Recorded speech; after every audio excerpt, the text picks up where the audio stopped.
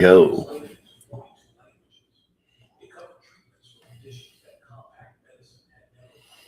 You drop a link in case anybody wants it. I should probably do what Shadow does and just make it part of the Discord. But I don't know.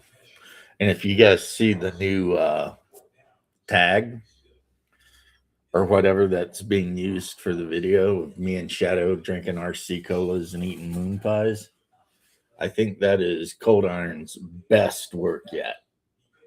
At least my favorite.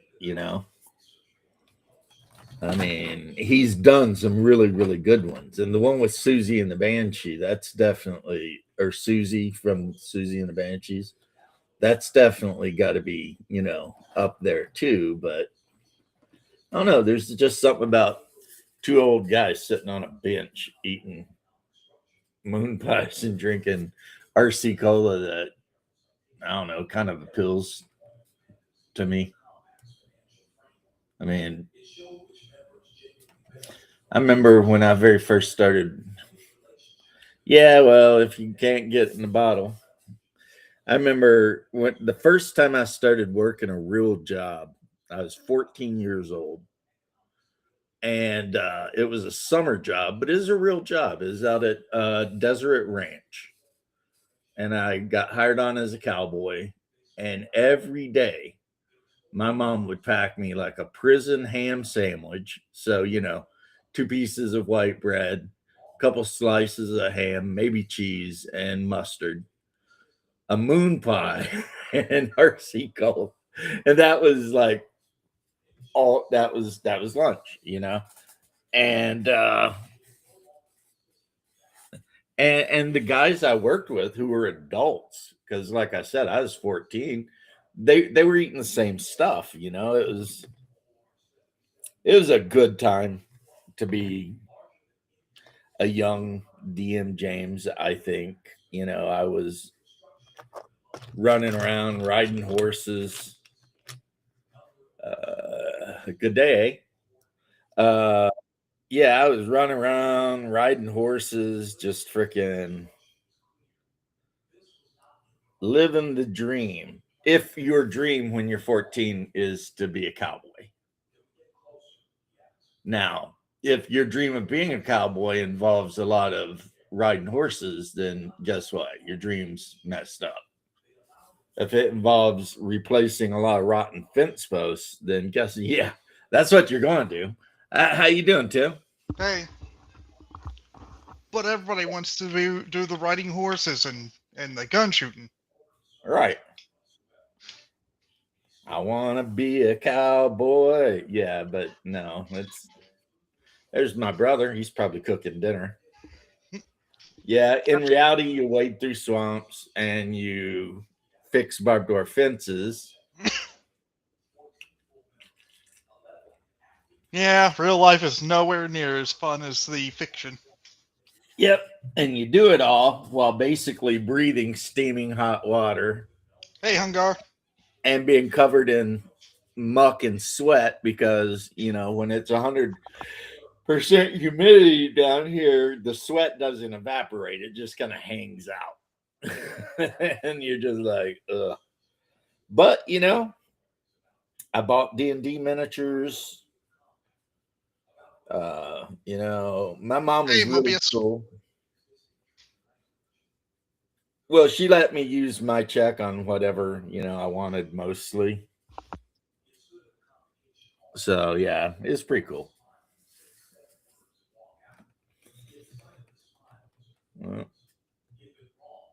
So, how you doing, Daniel? And of course, Mobius, and of course, my brother and Timmy.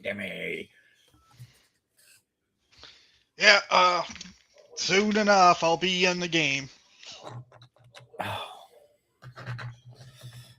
Oh yeah. Yep. What Well, maybe. you get drafted into the NHL or something? No, I meant in Bloodsworth game. Oh, is that today? Yeah, supposed to be. Maybe it won't happen. One player's already said he can't do it. Yeah. Depends on the excuse with me. He has a family thing going on. Mm. He has to go to. You know what? The first thing I would wonder is, because I'm a dick, What's that? I would wonder if I would wonder if he knew he had a family thing coming up.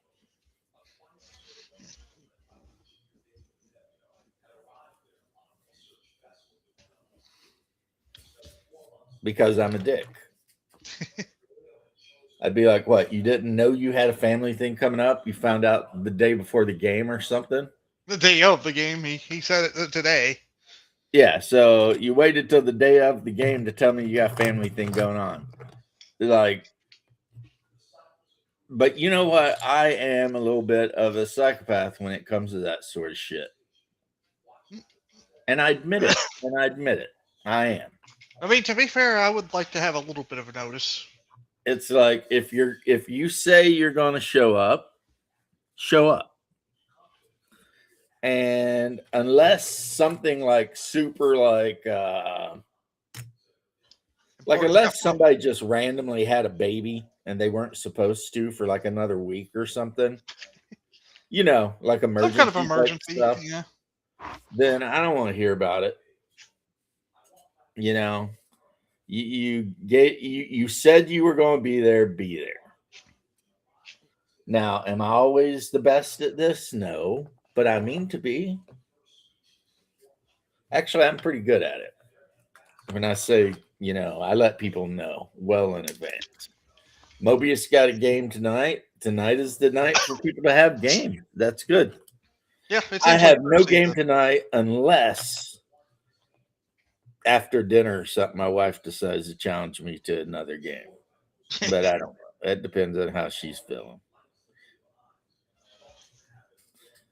I know the game, if I win, I'm going to have her play with me. I just got a copy of that freaking Battle for Hoth game. Oh, that sounds interesting.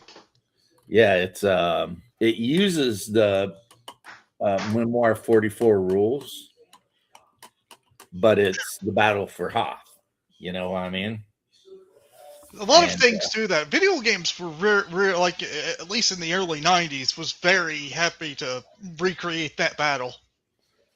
And yeah, in this one, it's got a whole book full of scenarios, so it depends which one you're playing, you know.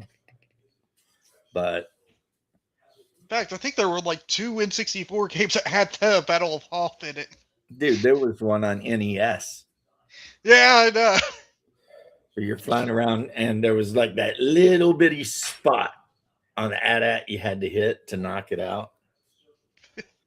And there was one on the Atari. Special attack was the cable thing. There was one on the Atari. You could barely tell what it was. I think that's the one I'm talking about. The Atari one, then. I know about the Atari one because JonTron talked about it. He's like, you could have called this Bird versus Camel and nobody would have suspected a thing. You know what? Yeah, that's the one I'm talking about. And it had like the little glowy kind of 1 pixel sized whatever, and you shot it and it could do damage. Yep. Yeah. But anyway, I don't know if you've ever seen Memoir 44. It's a World War II game that everyone seems to love. Nope. Well, anyway, it's that. Do I own Ironwind miniatures, Battletech minis? I do have quite a few of them, yeah. Like a long time ago, before Catalyst bought Battletech and stuff like that, I picked up a Griffin. I picked up their new sculpt for the Marauder. Anyway, long story short is the answer is yes. And then I also made fun of some of their miniatures too, like their they had a sculpt of the Mad Cat that was like really, really skinny. So like everybody called it the Meth Cat, which I don't know if they appreciate it or not. One of these days when I'm up north, I'm going to go ahead and take the time to drive west out there and to Lexington and just cross the bridge to Cincinnati and go to the actual, because that's where they are. They're actually in Cincinnati, I think. And Cincinnati is right across the Ohio River from Lexington, basically. So one of these days, maybe, if the creek don't rise, as my grandpa would say, I might drive on up there and see what they got going on, man. I've Yeah. heard that they do a deal where you can bring like old metal sprues up there and they weigh them. And then when you buy stuff, they'll actually take they'll take the weight of the metal, like the Discount you value of the for, metal off of whatever you bought. basically, it gives you a little bit of discount bringing the metal sprues back with you. Yeah. Yeah, you being where you are up in the Canada, you know, it's gonna suck. I'm sorry. I don't know who invented the rules. I don't understand the rules, but Nobody probably does. those are the rules. Well, it's weird because for like next to nothing, I can actually express UPS ship something to Minnesota. But if I wanted it to go like 20 miles across the border from Minnesota, all of a sudden the shipping like triples. Yep. And it's just like, so I blame Canada, like Cartman's mom. Yep. Blame Canada. I'm like, it's got to be the Canadians' issue, right? It's like, I sent stuff up to Professor Dungeon Master, or no, Dungeon Minister a few times, and it's like they want as much for shipping as, like, I sent him some of those bones kobolds or some shit, and the shipping was just like, calm down. It'll make me feel like Austin Powers. I just want to slap the Royal Canadian postal guys and be like, oh, behave. Because I mean, it's like, really? That's a lot of money to ship, 5 ounces of freaking plastic. But I guess I can't super blame the actual postman, though. It's not their fault. But yeah, I don't get it. And as a person who used to order quite a lot from Britain, specifically, I ordered a lot of the Other Worlds miniatures when that was a thing. What's up, Ultra TPGer? Yeah, when Otherworld Miniatures was a thing and they were in England, the shipping from England, and I would buy like a shit ton of stuff. I'm talking the box would be like an 8x8x8 box full of metal, and it'd be like $22 to ship, And there were times I would buy from companies like I used to buy a lot from a Ukrainian company. And if I broke like X amount of money, it was free shipping. And I'm like, they're offering free shipping from Ukraine, and they're in the middle of a war and they're still offering free shipping from Ukraine. And then when I bought the gas mask and the helmet and everything for my Deathcore of Krieg cosplay uniform, I ordered that from Kazakhstan and the shipping was like free because of the price of which it was only like a couple $100. And that was, I mean, the helmet, the mask, the LBE, the ammo packs. I mean, everything, all I needed to be full Deathcore of Krieg after that is I bought the Horizon Blue French World War One coat, and then just put on a pair of OD green pants and a pair of my boots. And I also bought a balaclava to hide my skin so that when I put the mask and everything on, you could. So when I'm wearing that with the gloves and everything, you can't see a bit of flesh. And that's how it's supposed to be, because I mean the whole reason for the coats is to keep them from dying from chemicals and radiation, right? But anyway, that's a little off topic. I guess the point I was trying to make is Canada is crazy. They charge, I've ordered from everywhere. They charge more than anywhere I've ever ordered from. And I don't get it, I mean, they saved me money a couple times, though, Canada has. Because there were a couple of times where I had a bunch of stuff already in a cart and was going to send to one of my friends up in Canada. And when I saw the shipping, I was like, yeah, I'm no, I mean,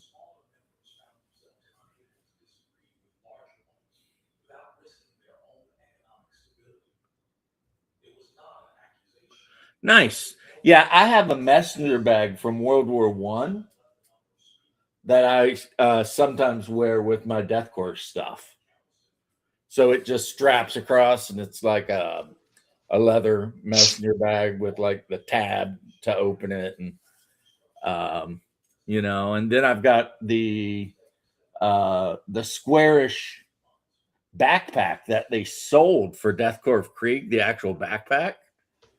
And I've got an old army wool blanket that I roll up and strap on top of it. So I mean, I go all out. I've got I think I put it in the closet in the other room, but I've got the 3D printed Deathcore of Krieg model las rifle with the bayonet that goes on and off. And the ammo, you can pop the magazines out. I don't know if they would let me have the bayonet at an actual con, though. It's not metal. I mean, it's 3D plastic, but it's still pointed as hell. So they get weird about that shit at cons. So yeah. I need to get some ammo cans. Right. They're expensive now. They used to be dirt cheap. Now they're not. Yeah, well, then maybe I'll just find something else to put my ammo in. It's not like I need an ammo can. Well, I mean, what I use instead of the old metal cans, which I do have a few of just because I kept them when I was in the Army. They're all 7.62 by 5.1 cans. But there's some decent just plastic ammo cans you can buy, and they're not that expensive. And they'll do you for whatever. I mean, I got one because I have an amount of 300 blackout subsonic rounds that needed storage. For me, I think for the 22, I'll just get like one of those big ice cream tubs. Dude, I don't know how they even sell 22s now, but back in the day when they sold them in bricks, we just kept them in the brick.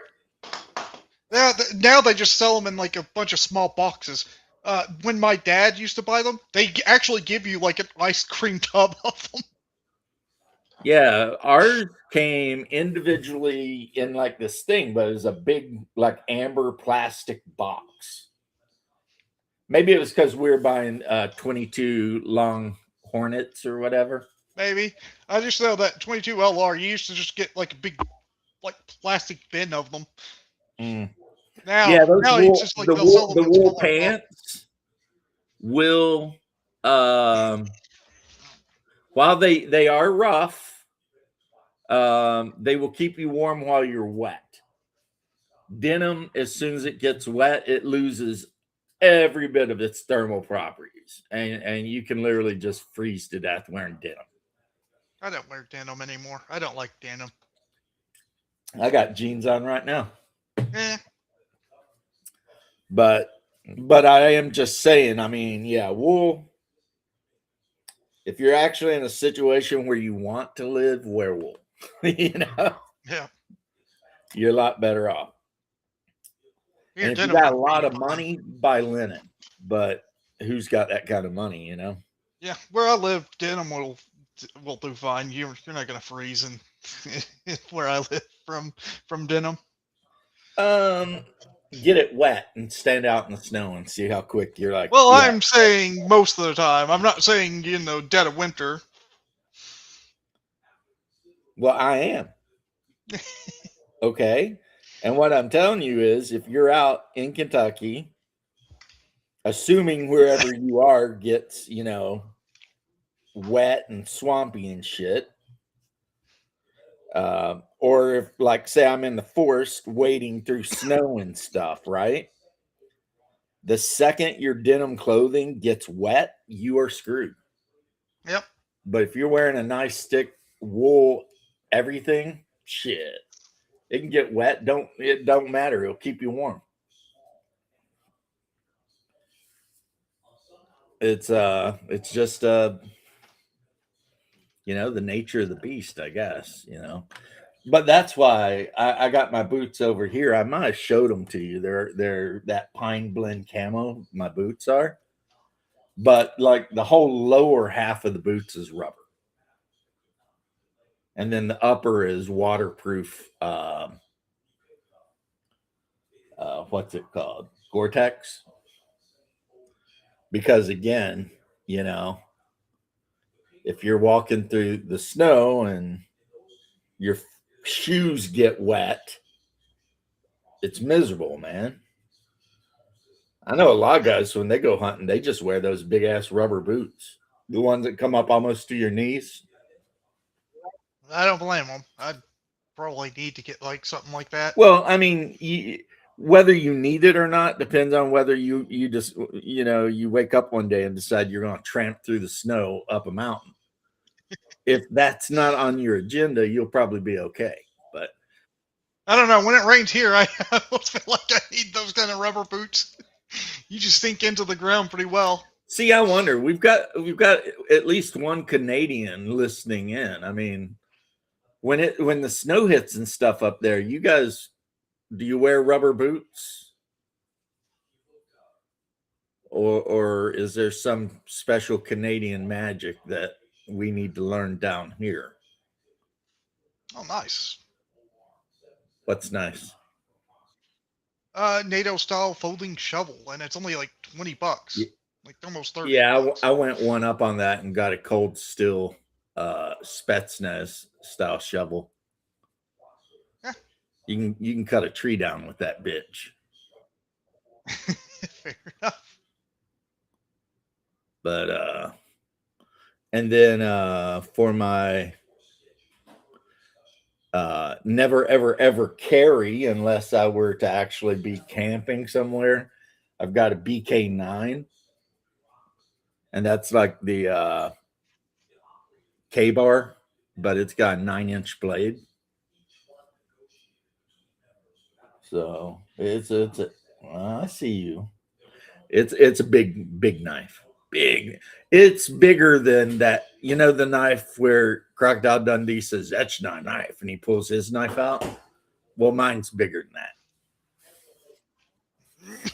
But I never carry it and I never use it 99% of the time, and I don't even know where I've put it at this point. I know it's in here.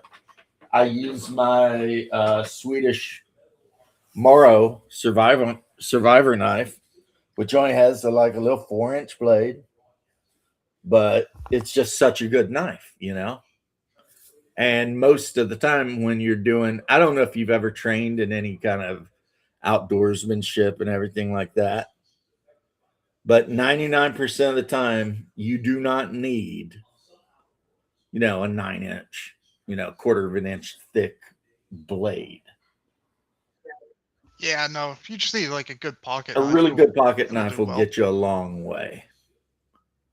Work boots every day. So, and the winter work boots are made of rubber. So there you go. Yeah. Yeah. So you guys doing the same thing.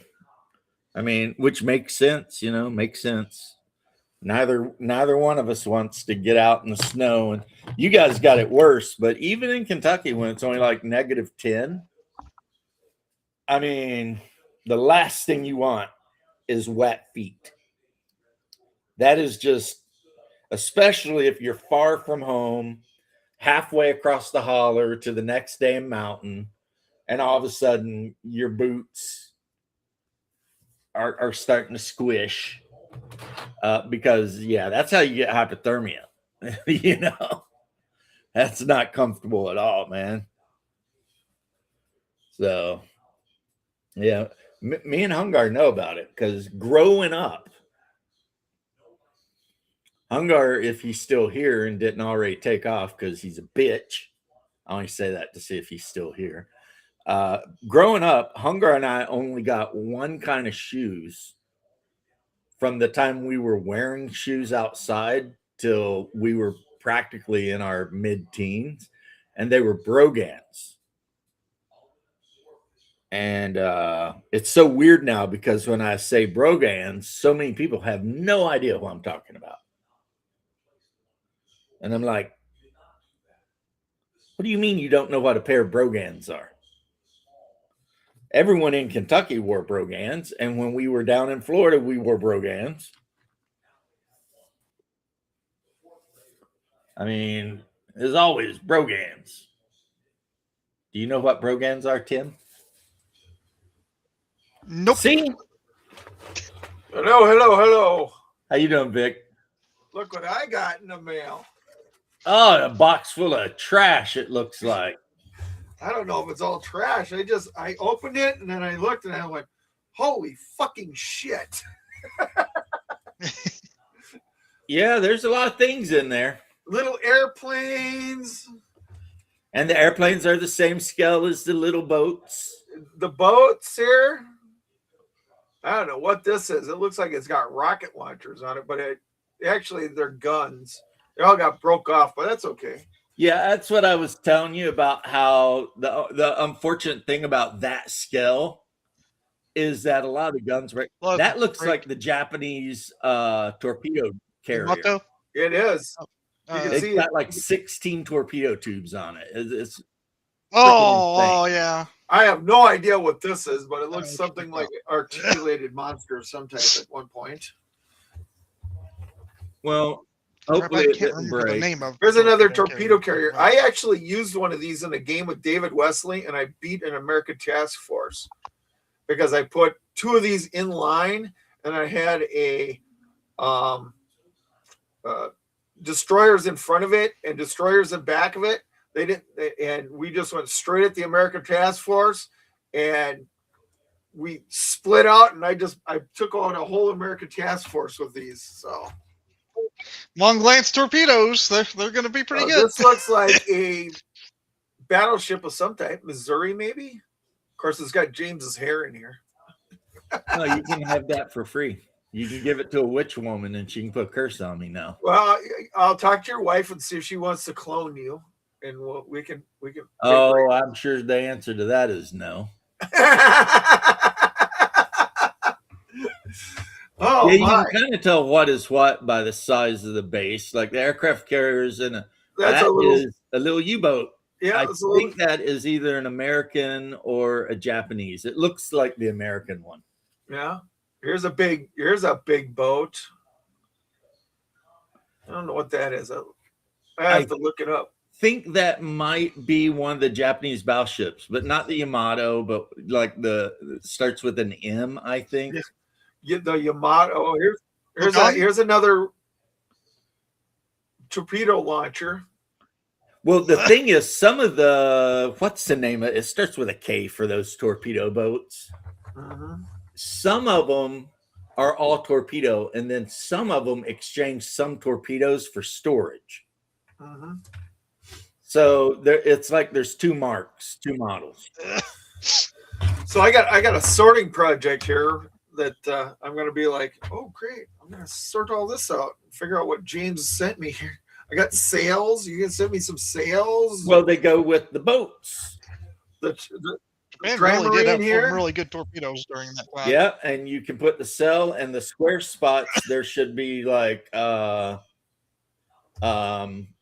infantry or siege weapons that you can put in them. Interesting.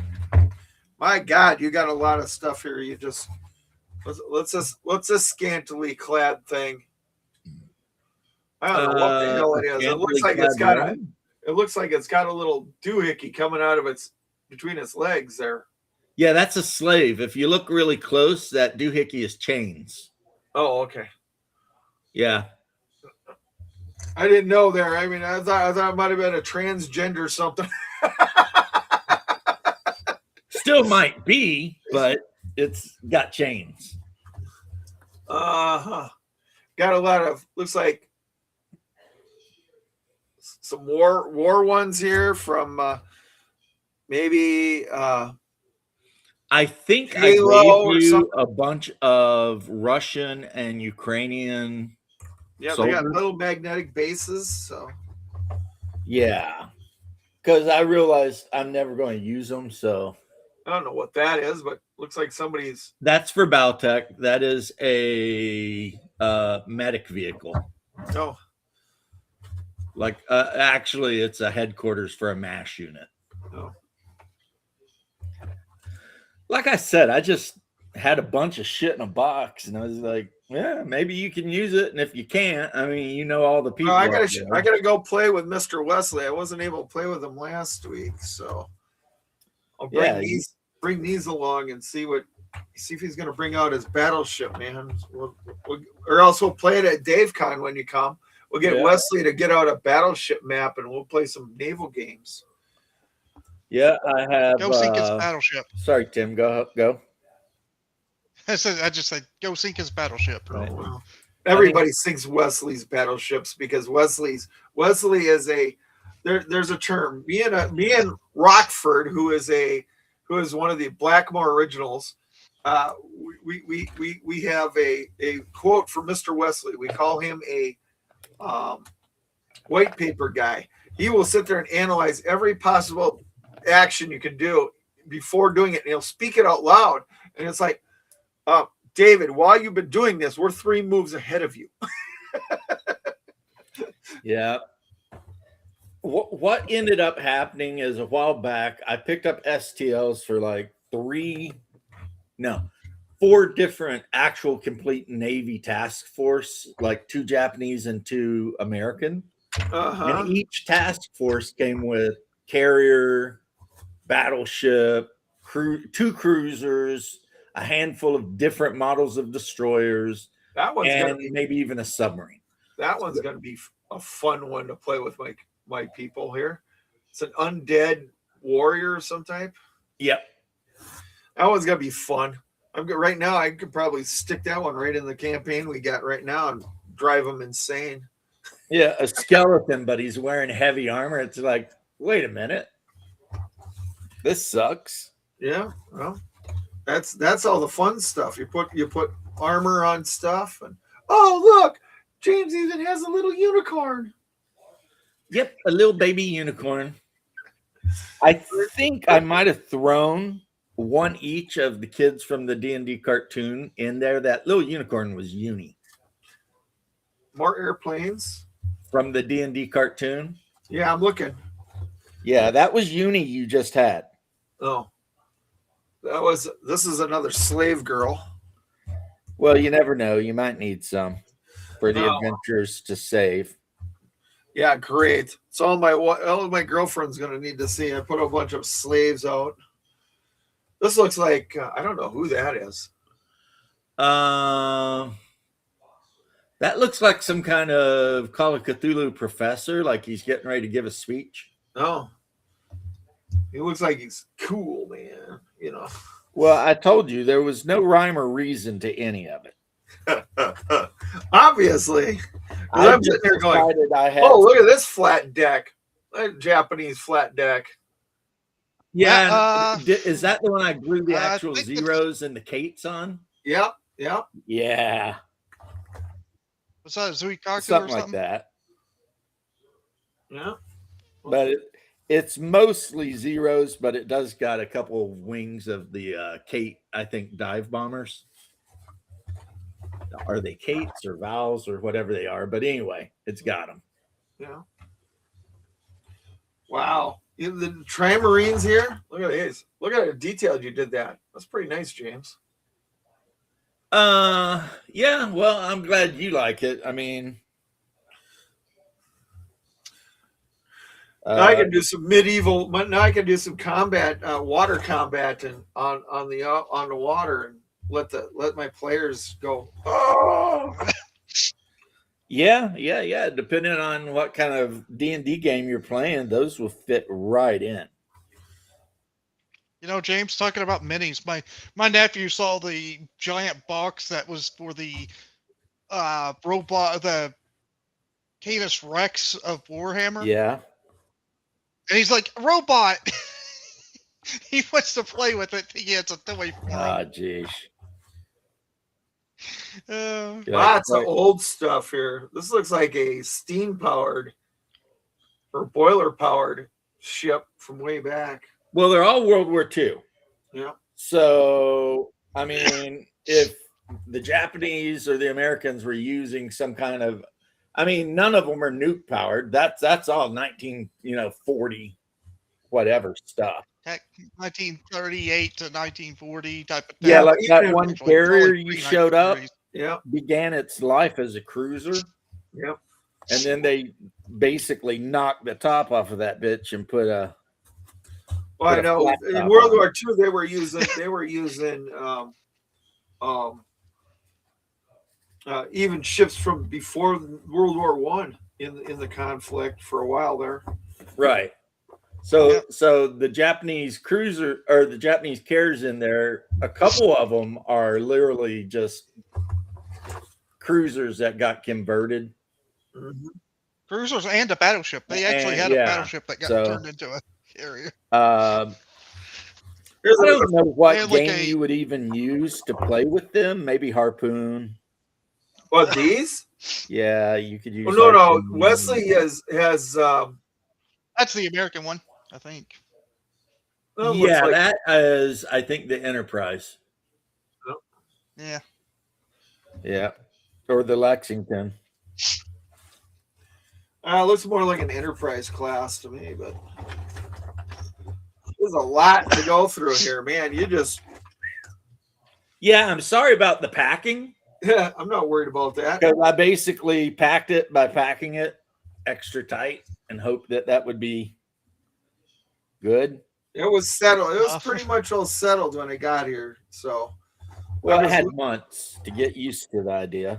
yeah, I got enough ships here to have a mega battle here. You should have enough ships in You got there to Navy. easily play the Battle of the Philippine Sea or whatever, Coral and Sea. accurately have all the ships. Yeah. Of course, you got enough Trimarines here. We could probably have a couple Roman battles too.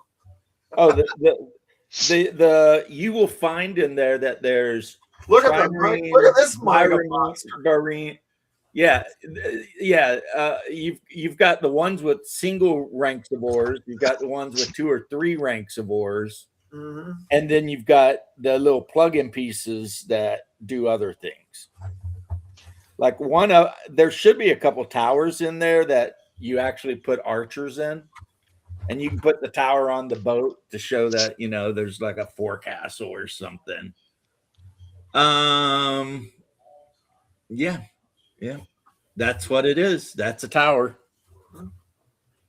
Wow.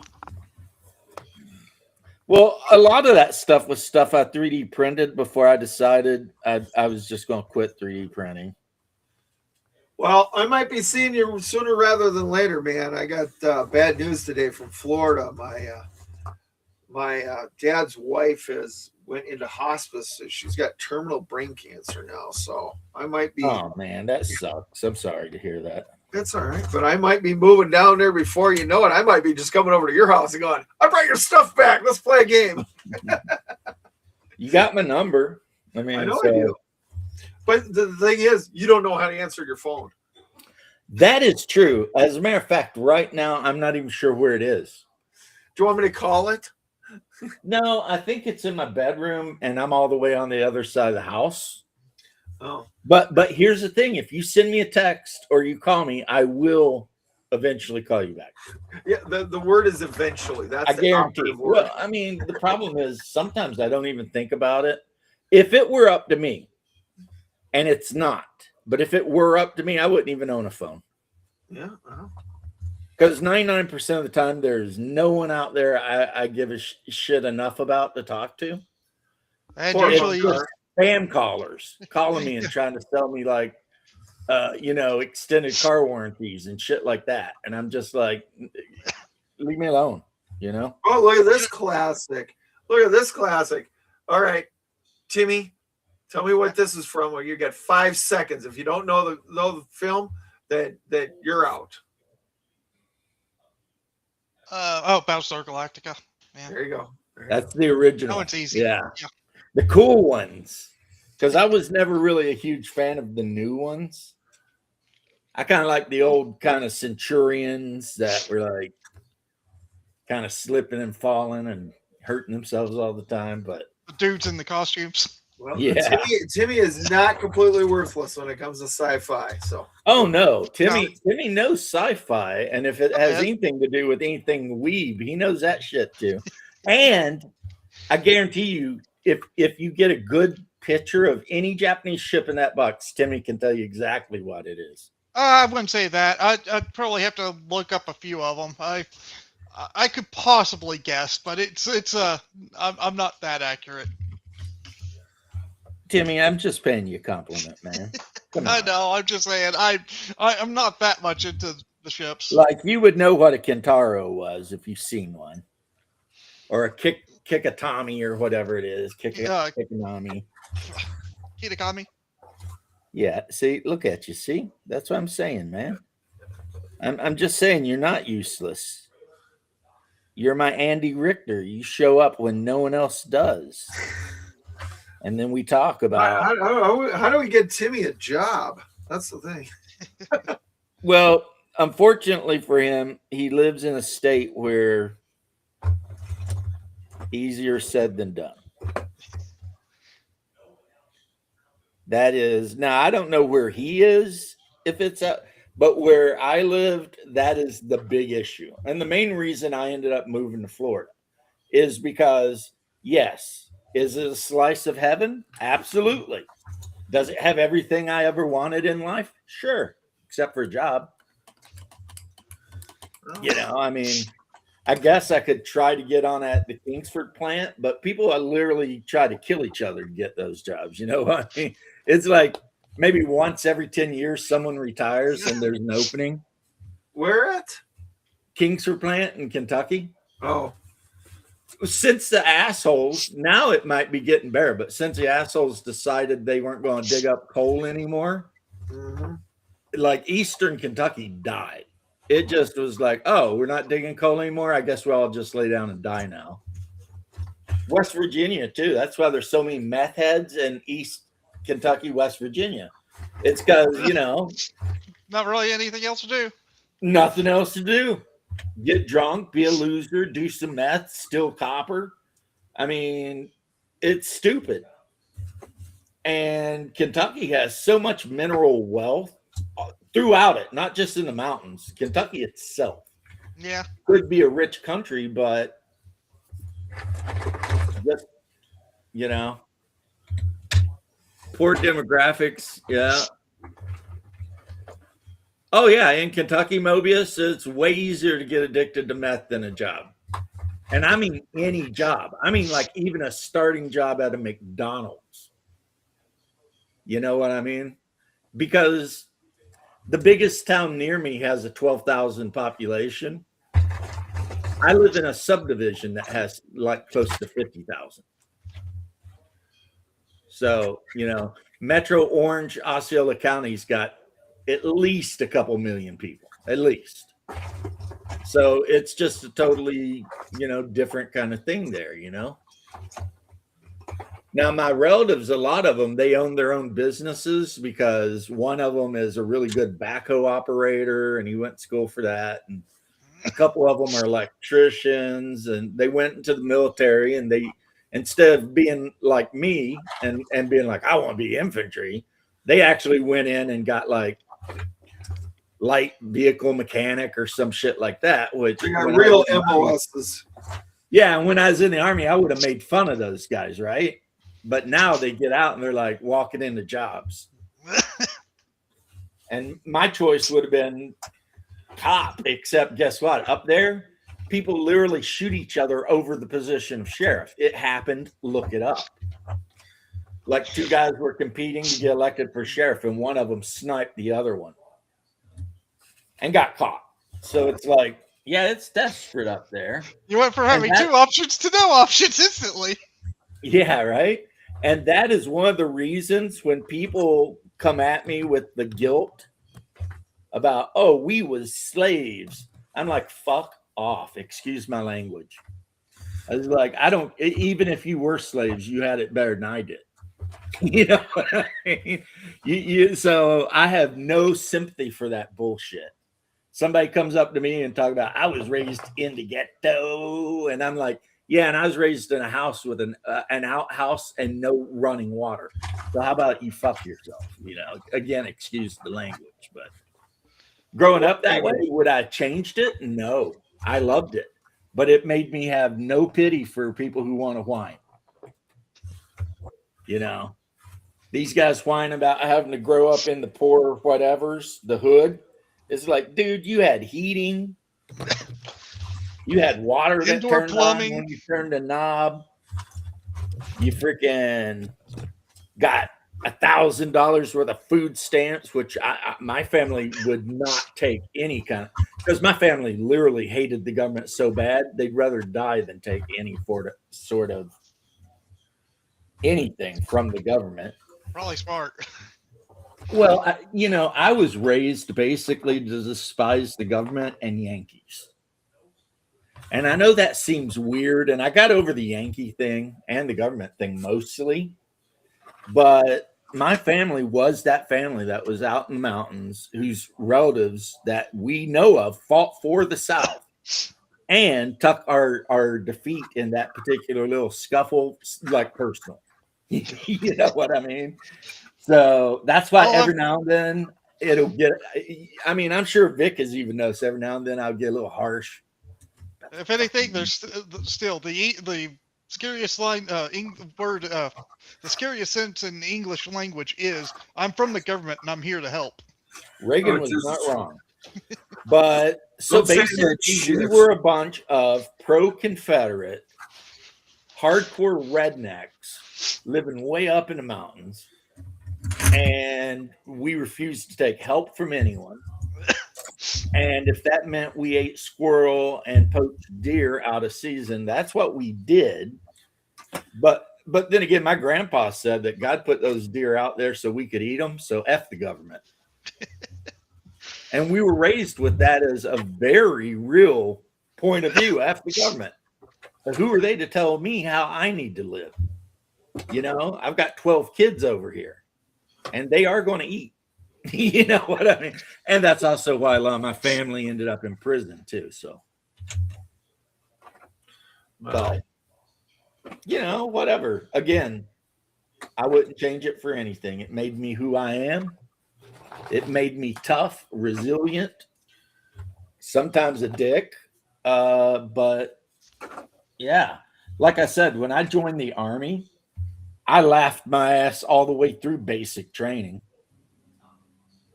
Everybody complaining about going on road marches and camping and shit, bivouacking.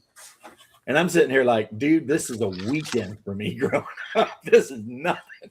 You know? They're like, oh, a 10K hike through the woods? Yeah. We did that every weekend because it was actually more like 10 or 15 miles to the river. So if you wanted to go fishing in the Cumberland, you were walking 10 or 15 miles. Man, I need to go fishing soon. It's starting to get And carrying a rifle and carrying gear. So that's why I sort of laugh at those Bear Grylls stuff. You know, I was sort of like, what's so hard about that? The hardest thing about Bear Grylls is the drinking your own pee. Yeah. Because he has a thing for drinking his own pee. Yeah. I'll I just don't need to walk drink the my own river pee. and I know where to find water. I know how to find water. Well, the good thing about the mountains in Kentucky, and again, I don't know how it is where Timmy lives, but when you're in eastern Kentucky, you can't barely walk a mile without tripping over a creek I know. because of all Yeah. that water rushing from the mountains down into the valleys.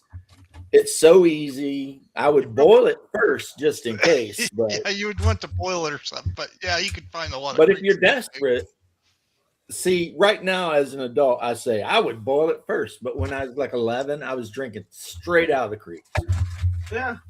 running around just doing crazy shit. And yeah. It's like That when we is were the little best kids, part we'd actually drink out of the water hose. Probably not the best thing to do, but we did it. Oh, Haul it. Water hose? Yeah, That was a yeah, daily exactly. occurrence growing up. yeah, the water hose was my primary source of water growing up. Yeah. When I I'm was just down saying. in Florida and we had running water. Otherwise, my grandpa, who I lived with in Kentucky forever, he had a big freaking bucket and we kept it full of water and it had one of those tin ladles like in Western movies. And Yeah. if you're thirsty, you just walked up and grabbed the ladle in the water and took a drink and then hung the ladle back. So Shit. everyone in the house was drinking out of the same freaking ladle. Well, hey, and we had the pumps. You know, you pump it up, and it'd be like, all right, groundwater. Here we go. Stick our face underneath the spout and just let it come out. You know. Our water came out of a cliff face Oh. and we built a cistern to catch it. Mhm. And then we ran pipes, but where I live is God's rock garden, we like to call it. So we couldn't bury the pipes deep enough. And so in the wintertime, you had to go down there with a 5-gallon bucket, open the cistern and crack the ice, and then fill the bucket and carry it up the hill. Mhm. You know, during the spring when it was everything was thawed out, we had one of those pumps where you could actually pump it up and in the kitchen. But as soon as winter hit, it was like, yeah, you're carrying water, buddy, which is fine. But when I was down here in Florida visiting my mom, man, when she and my dad split up, it was like, it was so different. Like you I think we lost James. could be in the house, Yep, there he you know, is. it There didn't he is. matter. He's back. Up connection. You couldn't have paid me money to be in the house when I was like 12, 13 years old, 11. It was like as soon as I got home from school, I'd take my school clothes off because I had school clothes versus clothes. And I'd put my clothes on and then I'd be gone. Oh, Was our regular. I'd get home from school and I'd immediately put on blue jeans and stuff, and I'd be out the door and be like, nope, I'm not sticking around.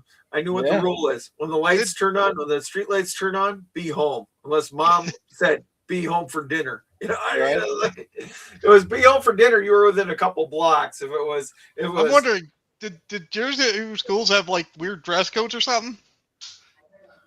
No, it was that I was really, really poor. So I had a few sets of clothes that were school clothes, which Yeah. meant they were decent clothes. And then I had basically bib overalls and like old shit. And those were my run around the house doing shit on the farm clothes. Okay. And I had he looked like Hacksaw Jim Duggan walking around with a dude, except when I was young, I was really, really skinny. Like you could count my ribs. yeah. Yeah. But it would be me and Hoss and then other cousins and stuff. And we would just be, and we were always armed because my grandpa gave me a rifle when I was 11. I had a Marlin 22, one of those tube fed ones that you just drop. Those are collector's items now. Man. Those Marlin 22s, the old ones, are collector's items now. Oh man, I love that little thing, man. But my parents wouldn't really let me go running through the woods without a rifle of some sort, you know. Mhm. So we when we'd go to the river fishing, we all would have some kind of a rifle or a 16 gauge shotgun or something like that. I mean, it was just normal. But yeah, especially where you are in Canada. But like I said, in Kentucky, if I'd wanted to say I moved up there and bought that old farmhouse, which last time I was in Kentucky, I drove by and looked at it, and it's pretty much falling apart. But if I had wanted to, I would have had to have gotten somebody with tools capable of breaking through the rock, the limestone, in order to bury the pipes. You know what I mean? Yep, that is the thing with Kentucky. A lot of limestone. So Well, that's why we make bourbon and everyone else makes whiskey. Because Kentucky water is so full of limestone and other minerals that it literally that's part of it. That's the difference between Tennessee whiskey and Kentucky bourbon. Yep. Well, that and the fact that in Kentucky they charcoal the inside of the oak barrels before they put the whiskey in. Yep, you have to And fresh in charcoal. Tennessee, they don't. You have to have a freshly charred barrel. You can't reuse barrels. Yeah, you can't reuse barrels. The barrel's got to be freshly charred every time. But then what the bourbon makers in Kentucky do is when they decant a barrel to mix it all up to make the bourbon, they sell the used barrels to Scotch makers in Scotland. Yep. And they reuse the barrels until I guess they die. I don't, but they buy the old bourbon barrels to make the Scotch. So yeah, that's how we were too. If you stood around the house or you sat in the house too long, somebody would find you something to do. So it was always the best bet to switch out and get on down into the hills before somebody found something for you to do. You ain't got anything to do, I'll find you something. That was kind of the thing. But like I always say, though, I loved it. I look back at my childhood with nothing but like happiness and positive thoughts. And yeah, did I eat pinto beans almost every single day? Yeah, but I don't care because, man, it was just so good. And I had my brother who's only like 13 months younger than me. So my family came with a built-in best friend. You know what I mean? By the time I'm 12, he's 11. So it's like, all right, let's go do some shit. Whatever, right? So, so good. Anyway, you guys can see I got my camera down and my Carnosaurus there and my motor from that movie, The Ritual, the weird, supposedly son of Loki monster. And yeah, I'm gonna put some leaves and stuff on Mr. Motor. I need to paint his hair too. I haven't painted his hair, and I'm gonna paint his hair red because I remember reading somewhere that Loki had hair the color of fire. So yeah, he's gonna get some red hair. As a matter of fact, we're gonna go with Ball red, Space Marine red. Well, Blood Angels red. He's a weird monster because it's like you got the parts of a moose and the parts of a human, but they're connected in such a way that it's like nothing makes sense, It's definitely a cosmic horror because nothing like this should ever exist. Oh, God. Oh, Jesus. Crack. Yeah, the old man noise you just made. Yeah, I was like, oh, I got to do that. And I just did it again. I might have to go see the chiropractor on let's see here, Sunday or Saturday. Get a realignment. Yeah, I saw him last week or the week before, and he did a little, He said it had been 8 months since I had seen him. So, So one more time. shiny red ants, but I tried something new with him. I'm down here. I put a yellow stripe across his butt. And I think I really like it. And I think I'm going to put a yellow stripe across all their butts.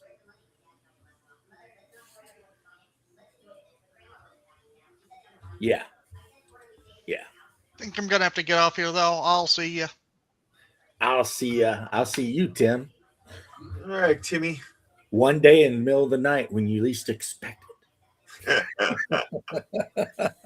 Show up at Timmy's house, I know where he is. scratch the windows, with a stick, so he's freaking the hell out. Oh yeah. We could see if Timmy actually follows the rules and keeps his freaking curtains drawn at night. Yeah. Yeah, I don't think that's the rules where he's from, though. I think that's only the rules like in the East, in the mountains. Because I would have to ask Timmy one of these days when he's on with me, like if they have different legends where he is. I'm sure they probably do. And different like survival methods or whatever, rituals. Because like in the hills, when you go to sleep at night, as I've probably told you a dozen times, you always draw the curtains because that'll keep a witch woman from being able to see you while you sleep.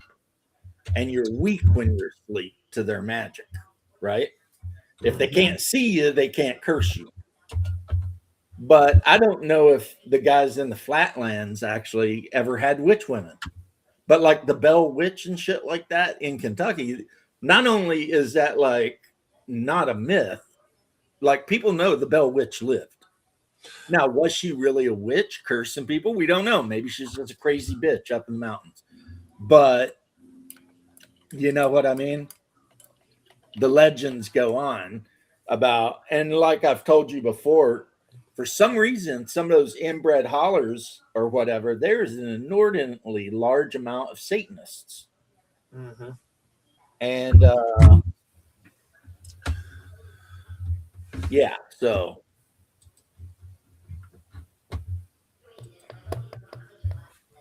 I mean, it's not all dogmen and freaking Bigfoot. Sometimes there's evil people. I would say probably most of the time. But so I ended up buying my brother the Hyperborea bundle. Oh, you're such a generous man. Well, he's my brother, and I didn't get him really anything for his birthday. Oh, I got to show you something I got for. I bought this Kickstarter. Oh my God! I don't know if you can see this. It flashes in and out. Okay. Here. Okay, yeah. What is that? This Portal to Adventure. It's you'll it's from Emperor's Choice Games, and it's got some of the Blackmore stuff in it. It's got Barrows and Borderlands. You'll see some of this stuff when you come up to DaveCon. So it's got all kinds of stuff. Oh yeah, and it's in this plastic acrylic box, man. This thing is heavy. You know who else got that? Shadow. Oh, Shadow did, huh? Yeah, because he was really like surprised by the box that came in. He was like, and I was too. I was like, how many of these things did they sell? Times how much did it cost them to get that many acrylic boxes made? I think I spent $250 for that. I mean, that couldn't have been cheap, you know? Yeah. But I guess they wanted to make sure that they got to you without any damage whatsoever. Yeah. But I haven't really broken into it yet. I just sort of like going, oh, great. I took it out of the box, put it there, and I went, damn. I mean, it's sort of like some of my other Dungeons and Dragons stuff here. I've got, like my Grimm's Tooth Ultimate Trap Collection over here that I barely skimmed through it. I'm just like, I know how to make traps, but this is, I had to buy it. It was just sort of like, I need this. If there's something it's sort of like, I am going to have to buy something like this for my, diabolical thinking here for the DaveCon module here that I'm writing right now. So The only thing I've really been buying lately, and I haven't been going crazy with it, is some Reaper miniatures, and you know they're cheap, so I haven't really went all out on anything. Last month, at the beginning of last month, I bought enough miniatures to make like 3 or 4 Baron's War armies, mhm. but yeah, I've just been not really buying games. You know what, James?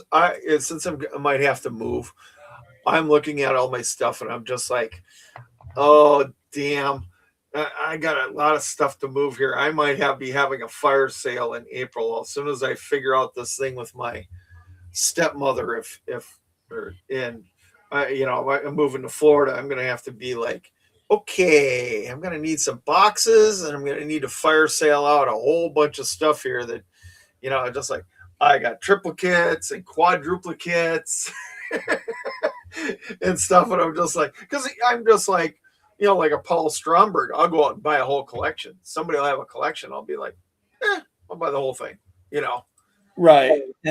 That's kind of an issue when I was like, oh shit, we might be moving to Kentucky. And I was just automatically, separating everything out between what's going and what's staying.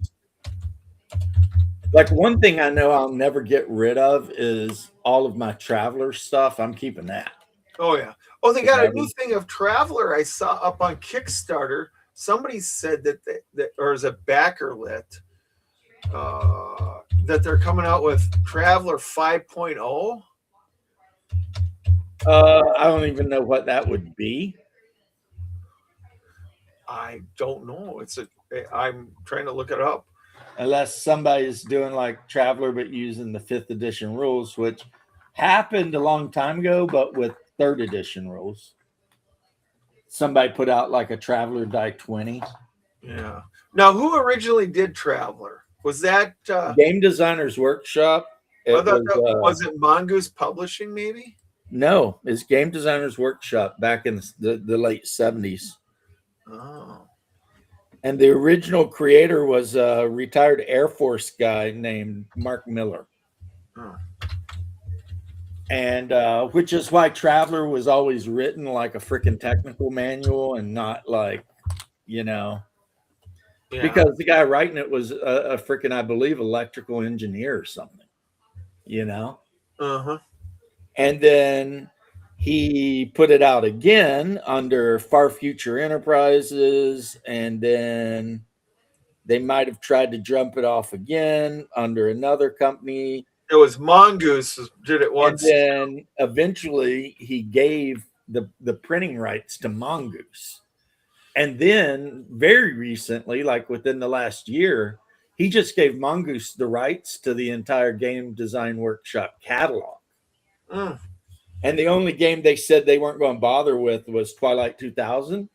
All right. I'm reading here that says Traveler 5e project is being led by longtime game designer Timothy Brown in full coordination with Mongoose Publishing, having worked on many editions of the original Traveler game as well as Traveler 2300, and also several editions and settings for the popular role-playing games such as Dark Sun. Huh. So it's coming in. It says here it's going to be coming in 25 days and 25 days and 15 hours. So, see, my biggest problem with that is that what are they going to fix? I don't know. Maybe they're making it a little more streamlined. You could hope. I don't know, because for my taste, Travelers is an incredibly simple game. And the Traveler 2024, 2025. I sent you the link there if you want. Yeah, I'll have to look at that. Is really good. And of course, I have all the 2300 stuff currently out. And that stuff is all not only really good, but my favorite. Mhm. So I have not been able to play a full game of Traveler ever. I mean, it's just, well, okay, I can't say full game. I've only been in like 2 or 3 sessions of it, but it's like the dungeon, I don't know, the space master, or whatever you want to call him. It was just like, oh God, you have no creativity, kid. You know what I mean? There's just not enough creativity there. Like, all right, it was just, what can I say? I was bored. you know, here's something a lot of people don't know about Traveler, and that is that a lot of the early adventures were written with the assumption that you would be playing very episodic games. Like before you would even play the adventure, you would either create or pick a character. You'd play through the adventure, and then that would be the end of that character. Mm-hmm. And you'd make another one and go through the next adventure, right? Um, the other issue you see with a lot of people who run Traveler is the game turns into a giant mercantile thing Mm-hmm. where all of a sudden everyone in the game is, I mean, sure, you can start the game with a free trader, but who wants to spend all of their time looking at spreadsheets and trying to figure out where the best place to buy Octorian whiskey is or sell it or whatever, right?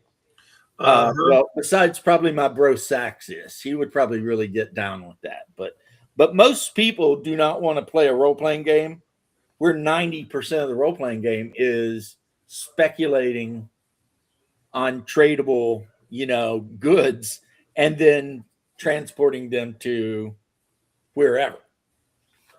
And unfortunately, a lot of Traveler can be 100% that if Mm-hmm. if you don't have a good DM, the game just turns into we're traveling from here to there at one jump per week, and we're going to sell, deep fried whale anus at X amount of credits per ton or whatever, and then the other thing people fall into with Traveler is the mercenary game, where everyone's a mercenary and you get hired on a planet to help put down like a uprising or some shit like that. Whereas for me, and this is the reason 2300 is my favorite version of Traveler, my favorite Traveler games are exploration games.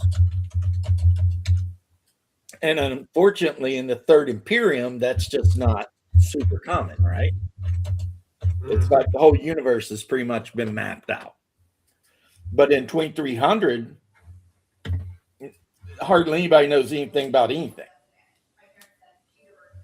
So the characters generally will never own their own starships, but can hire themselves on as crew members of starships from one of the great nations or others, whether it's China or America or whatever, and then, take part in actual traveling to a star system no one has ever been to before.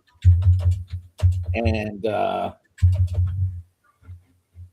then that gives the DM all these opportunities to have weird shit.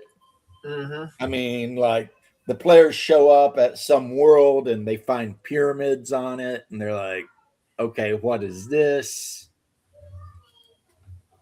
So yeah, basically 2300 is a lot more like the Aliens movies than it is like Star Wars. And I like it. I mean,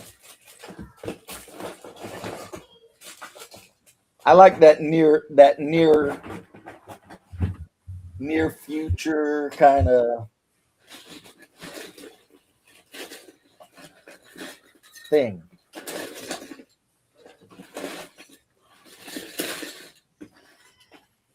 a lot. Yeah. Yeah. Plus, it adds to the game because when you're playing normal Traveler, you make a character and you're like Army, and you go through your tours, whatever, right? And it's cool. But when you're playing Tween 300, you could be like Russian Army. You speak Russian and English. You got out of the Army and now you are going to go do some stuff or whatever, you know. I mean, because it's 300 years after Twilight 2000. Okay. The world is basically recovered, but the world has not unified in a one world government. You know, so your most powerful nation is France, the French Empire. Mhm. But after that would be America. And then after that would be like the EU, Russia, maybe China. I mean, some countries got nuked a lot harder during the Twilight War than others. So, you know, they recovered faster. Mhm. Like the worst country your character could be from, honestly, is Serbia.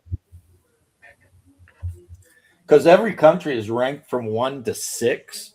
And there's only one country that's ranked 1, France. Then there's a few countries that are considered tier 2. Mhm. And then if you go all the way to the bottom, Serbia, rank 6. It's like, geez, what did this? It's like whoever made this game just really hated the Serbians. They're just like, but to be fair, all of the Balkans are that way.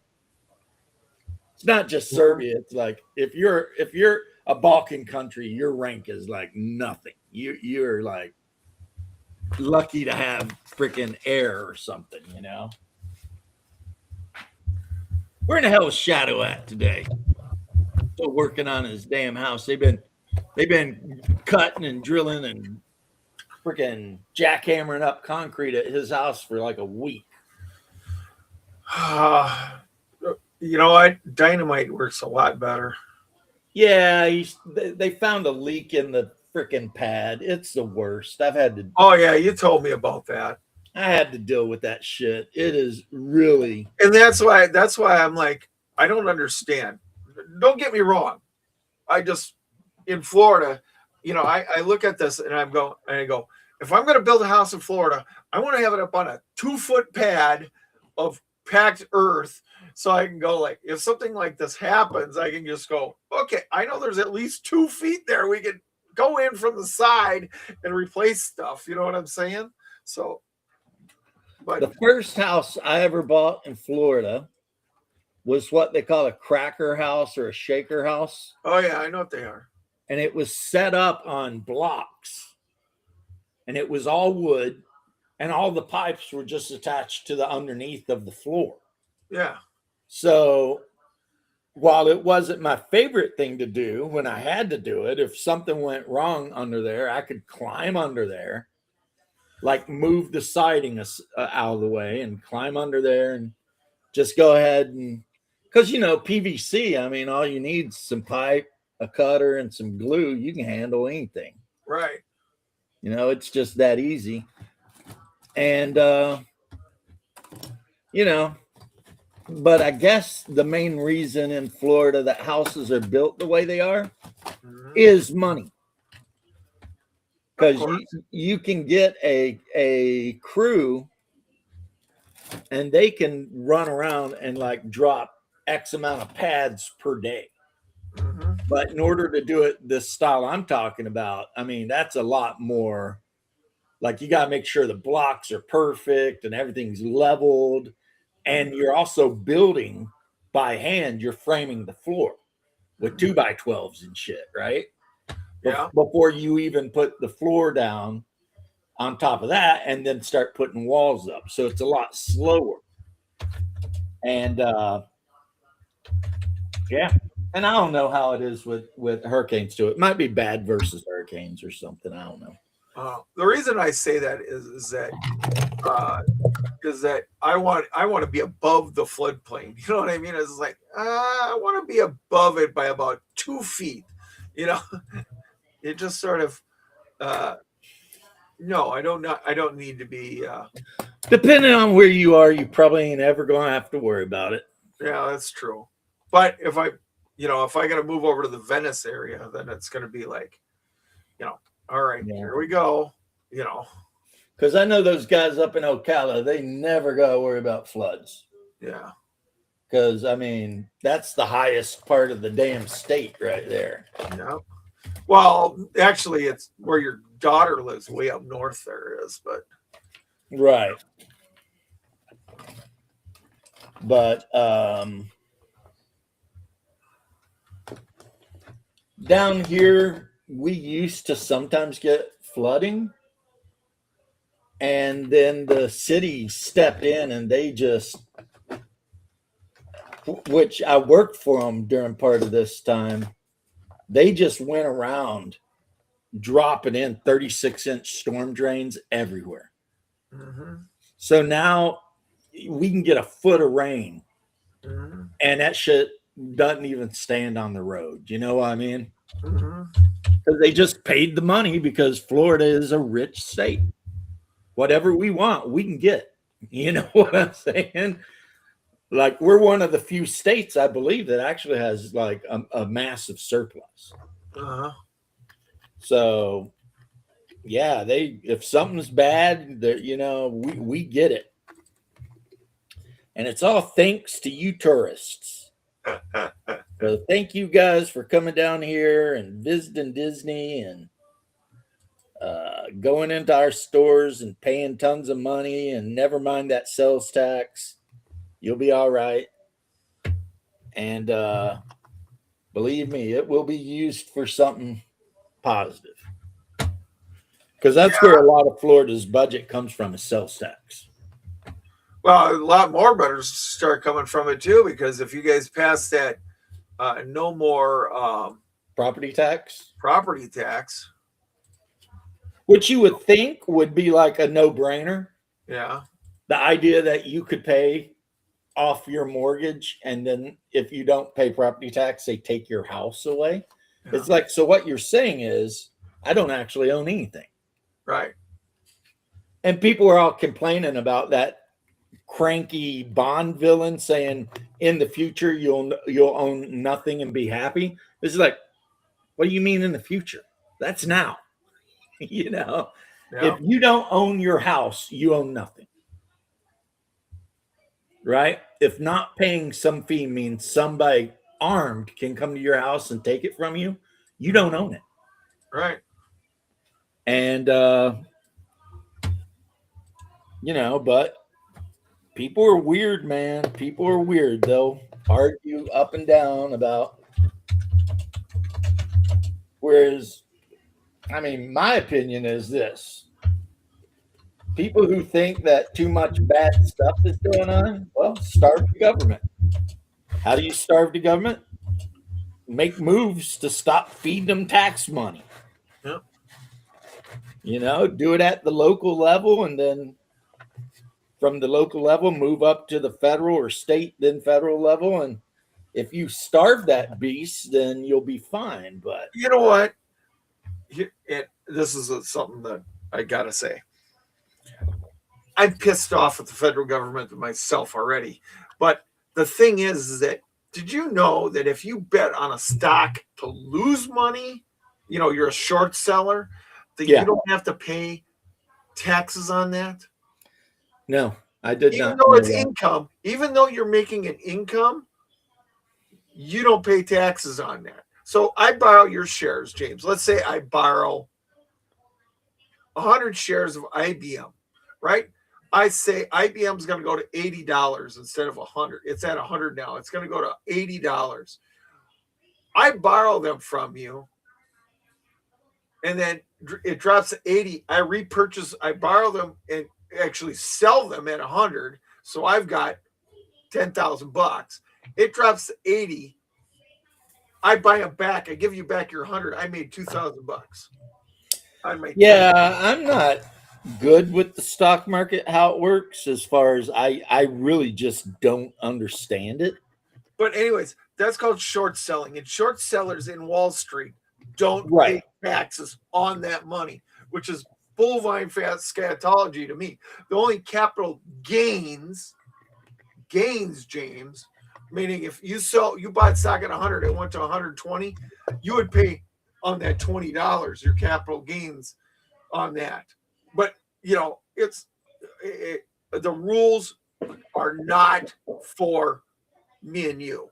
It is for these big bankers who do the crazy shit, and we pay for it. You know what I'm saying? So, And I agree with you 100%. The way I found out about short selling yeah. was listening to Elon Musk talk about when Bill Gates wanted him to help donate for a foundation. Mm-hmm. And I guess Elon asked Bill, "Are you still short selling Tesla for $2 million or something?" And Bill's like, "Yeah, I haven't gotten that taken care of yet." So Elon did what Elon does. He told him to fuck off and hung up. Mm-hmm. But it's like, I think you know what has happened is the same thing that happened with the legal system. Right. Is a group, it's almost like the guild system from the medieval ages. Mm-hmm. It's like a group got in and they got a monopoly on a certain profession.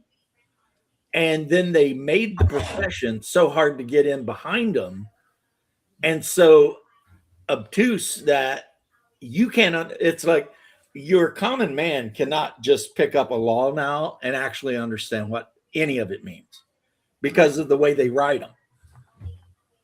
And it's the same with the financial guys. They got together, they used their money to influence the legal system so that they get all these. I mean, that's how these idiots join Congress with a net worth of $150, and 10 years later, they've got like 37 million. And it's like, you don't get paid that much. That's not possible. But the problem is they can never get arrested and punished for what they do. Because if you punish one, then you might have to punish all of them, and it would be all of them. Well, it's the same with the Epstein files. You go after one, okay, let's say you go after Bill Clinton. Bill Clinton's going to rat out so-and-so, and so-and-so is going to rat out so-and-so, and so-and-so is going to rat out so-and-so. Pretty sooner you went through the whole fucking mess of the fucking assholes, and everybody's like, who's going to run the government? Who's going to run this? Well, guess what? We can find somebody. But all these pedophiles, as far as I'm concerned, can get shoved in through a goddamn I agree. tree chipper. You know what I mean? I agree. But the problem is with what you're saying is that if you go after Bill, which definitely should happen, and Hillary and all of them, the people you really got to worry about are not the politicians and judges, because there are judges involved, and the judges are going to throw every case out. That's another problem. Where's your evidence? Where's your evidence? That's a big thing. They're going to say, where's your pictures? Where's the evidence? Where's the DNA? Where's this? And the only people a normal American guy can end up doing 20 years just because some chick said something with no actual evidence behind it. But these assholes, they can get away with anything because the judges protect them. Right. If it weren't like that, half of the guys in the government right now would be in prison. And it's like this thing they're trying to do with when people want to bring up the orange man who is bad in relation to Epstein, I have one problem with it. First off, I want to say, if he is involved and they prove it, then he needs to go. 100%. I'm not such a Trump fan that I think he should get away with shit. But I have a hard time believing the Democrats who ran 4 years of this country at every level didn't release some shit if they'd had it. Oh, you mean Biden's administration? Yeah, I'm just like, and it's not only Biden; it was Comey. Comey was the FBI guy. He knew, right. And he hates Trump. So if they had even a shred of anything on Trump, they would have released it. Well, Instead, they made up all that bullshit about 33 freaking felonies and whatever. And that's well, going nowhere. you know because what? it's bullshit. Hold on here. If a bank says that you did nothing wrong with your loan, the lender, which is the lender, and you as the person or recipient of the loan did nothing wrong, and everybody got paid back every dollar that the loan was for, where's the crime? If everybody was happy on the relationship, there was nothing done. Yeah, Deutsche Bank loaned the money. The thing got built. Deutsche Bank got paid back with interest. Right. Everybody got paid. Everyone's happy. Right. But somebody's trying to argue that Mar-a-Lago was overvalued. And the problem with that is, well, who the F are you to say how valuable this is? Mhm. You know what I mean? It's weird. It's like if Deutsche Bank sent their professional guys out and they walked around Mar-a-Lago and they said, yeah, this is an asset. We're willing to put this amount of money again. Like I'm agreeing with you. It's like there's no crime then. Right. If I walked in with an old pair of Nikes and said, Deutsche Bank, would you loan me $100,000 for these Nikes? And they said, yes. I mean, wow, okay. Yeah. I mean, what's the government got to do with that? Right.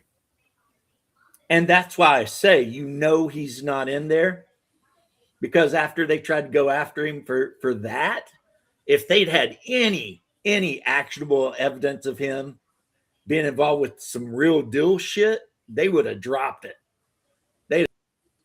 Oh yeah, they would have tried to ruin his chance in a heartbeat to be president again. Right. They were doing everything except, well, no, they did try to kill him. So they were doing literally everything to keep him from winning. And you're trying to tell me that Comey wouldn't have dropped some Epstein shit? Get out of here. Yeah. I mean, they ran with the Russia collusion thing for 8 years. Yeah, that proved to be a non-factor. A non-nothing. Now they know for a fact Hillary Clinton paid for that freaking folio. The Steele dossier was paid for by Hillary Clinton.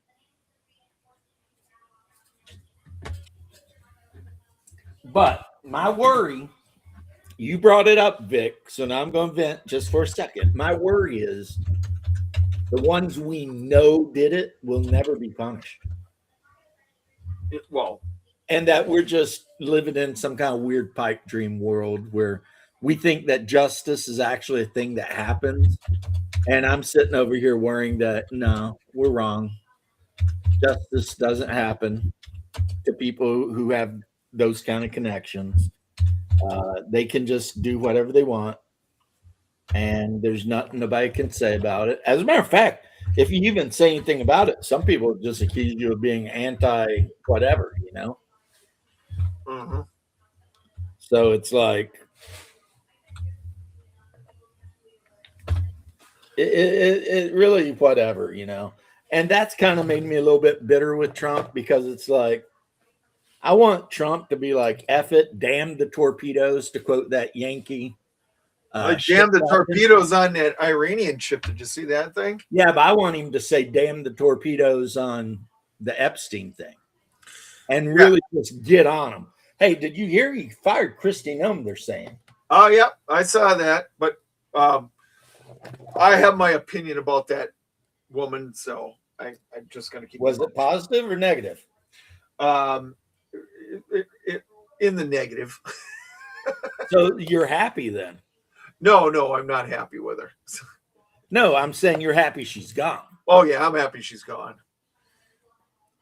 Yeah.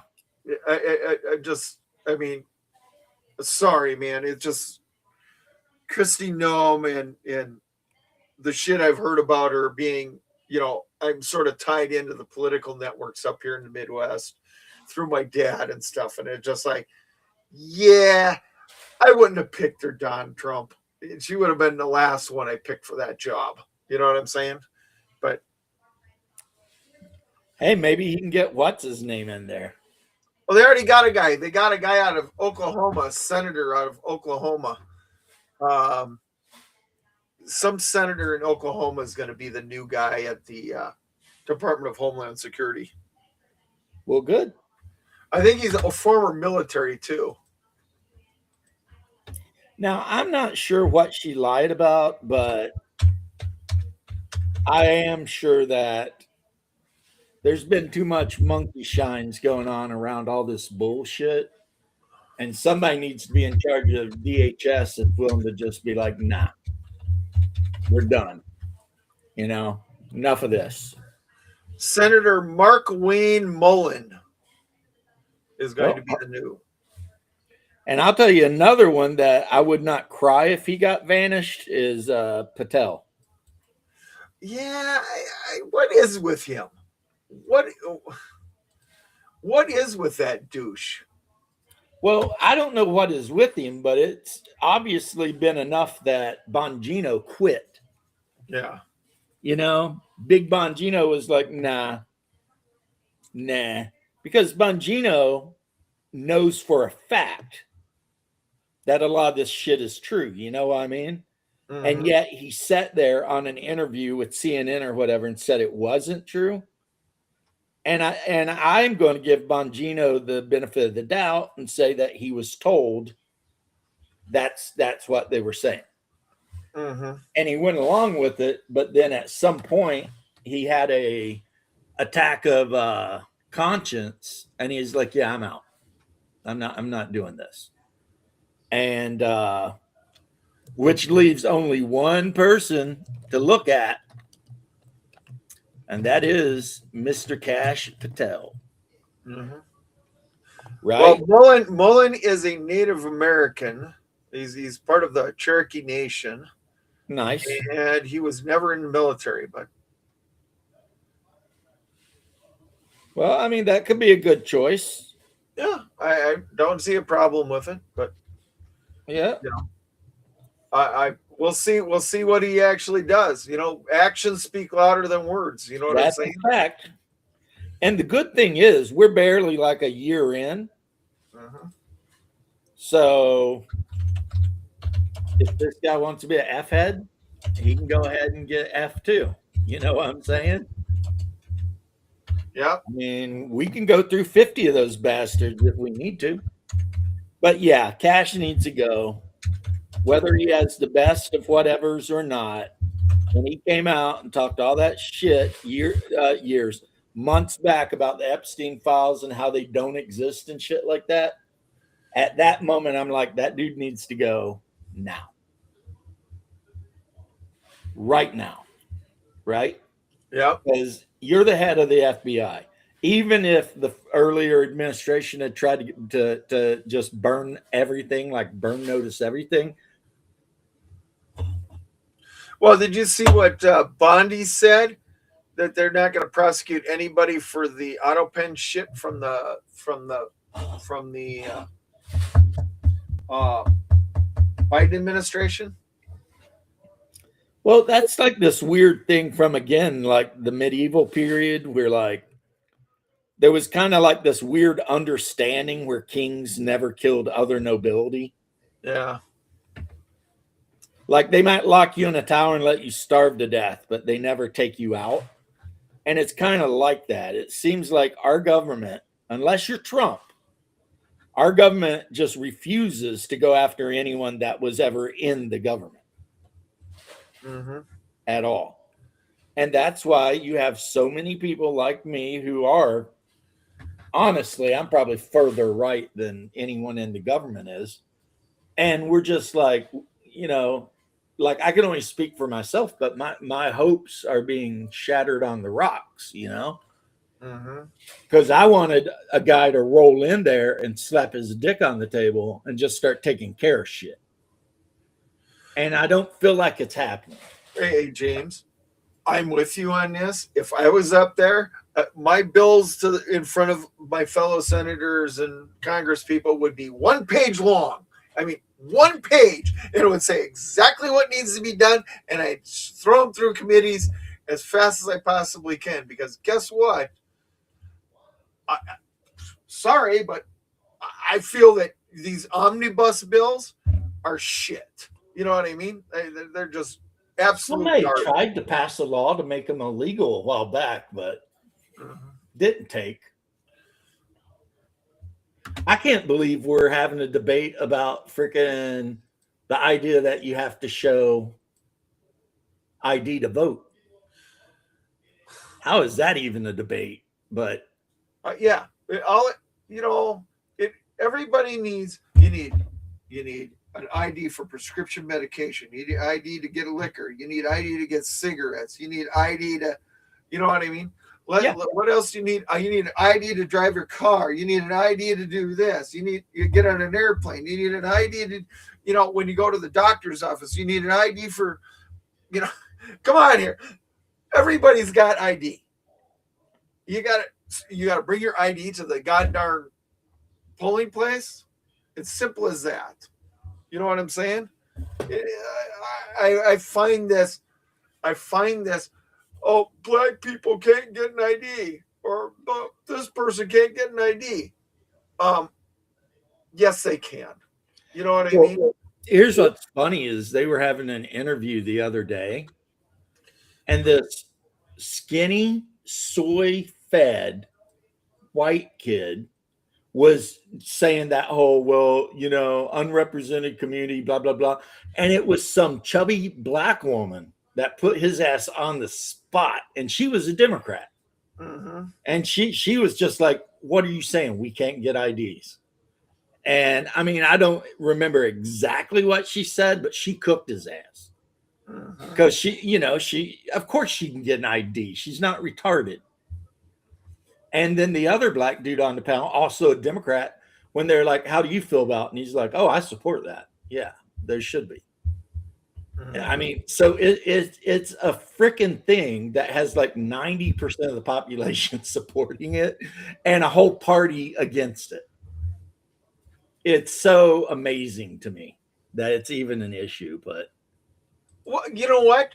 They make it, how about this thing in Congress where they've Lauren Boebert and Mace and the rest of them were saying, hey, let's turn over the list of everybody that we've ever had to pay money out for because they sexually harassed somebody in Congress here. And I'm like, I'm all for it. You know what I mean? But the Democrats and all these guys have said, no, we can't do that. We don't want to rat out our fellows. You know what I mean? So I'm just like, fucking goddamn son of a bitch. I didn't even know because I don't know. I didn't pay attention, whatever. I didn't even know that Congress has a special fund set aside. Yep. Specifically to pay off people that congressmen sexually harass. Right.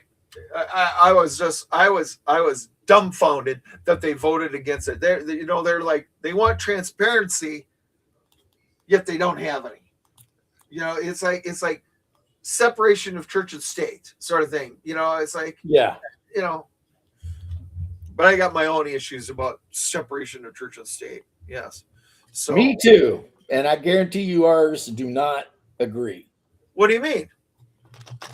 Because that separation from church and state was a letter Thomas Jefferson wrote to a Baptist church, mm-hmm. telling them he would not make them the state religion, but it has nothing to do with the actual separation of church and state. Mm-hmm. It was just that whole concept comes from a letter Jefferson wrote. Do you believe that church property should have to pay a property tax? Yeah. Well, I do too. I'm one of these guys that says, hell yeah, the churches should have to pay a property tax. But here's the thing. Even better, no one should pay a property tax. Well, everybody has to pay. But here's what I'm thinking. Private property owners, meaning individual residences, housing residences, shouldn't pay a property tax. I can still see it for corporate. You know what I'm saying? Yeah, you know what? I would go for that. Yeah, like little old lady shouldn't be paying taxes on her shit, but Microsoft should definitely be paying taxes for their compound. Mm-hmm. See, I would be a tyrant though, because I would tell American businesses if you move out of the United States for cheaper labor in some country where you can basically have slaves, I will ban your products from this whole nation. I wouldn't ban them, but I'd sure to hell put the tariffs up high enough where it'd be more expensive to make them overseas than here. It'd be like, oh no, you want to go make those blue jeans over in China and then ship them back here? Well, we're going to put a 45% tariff on it. Well, why are we moving? Yeah, the tariffs would work, but I want to drive them out of business. No, well, and I figure some other American company would just rise up and fill that spot because that's how it works, you know? Well, I put a 45% tariff on the manufacturer, not on the end receiver. It'd be the manufacturer. So Levi's wants to ship in a container full of blue jeans they made for $10,000. There's a 45% tariff on that. And now it's $4,500 before it even lands on the shore. Yeah. And it goes right to the government. The government, we shouldn't be taxing people in income tax. We should be taxing as a usury tax, meaning you go out and, James, you decide you're going to go buy a $10,000 car. You should be taxed on the $10,000 car. Well, if, Jeff Bezos goes out and buys a $2 million Bugatti, he should be taxed for the full $2 million. You know what I mean? And yeah, I think that's how it used to be. And then after like 1913, they changed it. Right. And that's wrong. And it should be that they pay more because they're using more. I'm going to go buy $100 steak. Well, guess what? It's $110 now because you've decided to spend $100. You go out and buy a $10 steak, it's $11. You know what I mean? It's because there's 10% tax on that steak. And that's the difference. You are taxing. You're not equal. Well, the poorest people in the society always end up getting effed the hardest too. Mm-hmm. That's the problem with our current system. Like once a year, we give some poor single mom with like 20 kids a bunch of money, but for the rest of the year, she's hosed, man. And then every time we raise the minimum wage, it just means people getting fired. Mm-hmm. I mean, it's so weird. Like I learned how supply and demand worked in like middle school. Mm-hmm. But these idiots on TV and their supporters don't seem to understand supply and demand for anything, Oh, I know. It's like, yeah, you make everyone in California pay every single burger flipper $20 an hour. Guess what you're going to have? You're going to have a bunch of people firing burger flippers. You're going to have $20 burgers, and half of them will just leave the state anyway. So, right. And that's what's happening. Well, then you will replace that person with a robot. You know what I mean? We'll just, here, we'll put a robot here, and this robot will flip the burgers for you. And it'll be an automatic thing, I haven't been there, but I've been told by people who have that the local McDonald's near where I live, because I refuse to eat McDonald's at all, ever. You don't even got to talk to anybody to order. It's like you walk up to the kiosk there. Yep, and you just punch it in and everything, swipe the card, and then like somebody calls the number and you walk up to the counter and pick it up and go. Yep, that's the way it is up here in Minnesota too, Adam. So I haven't eaten McDonald's in. Well, I know people who still do because they can. Yeah, well, guess what? With that much grease in your system, it just, it gets into my system. I'm just like, I feel like crap for days, Yeah, same here, except I love it so much. There are days I sit around and I'm just like, God, I wish I had some McDonald's fries, like an extra large and some ketchup. Man. You know what I like to do, James? I made it the other day.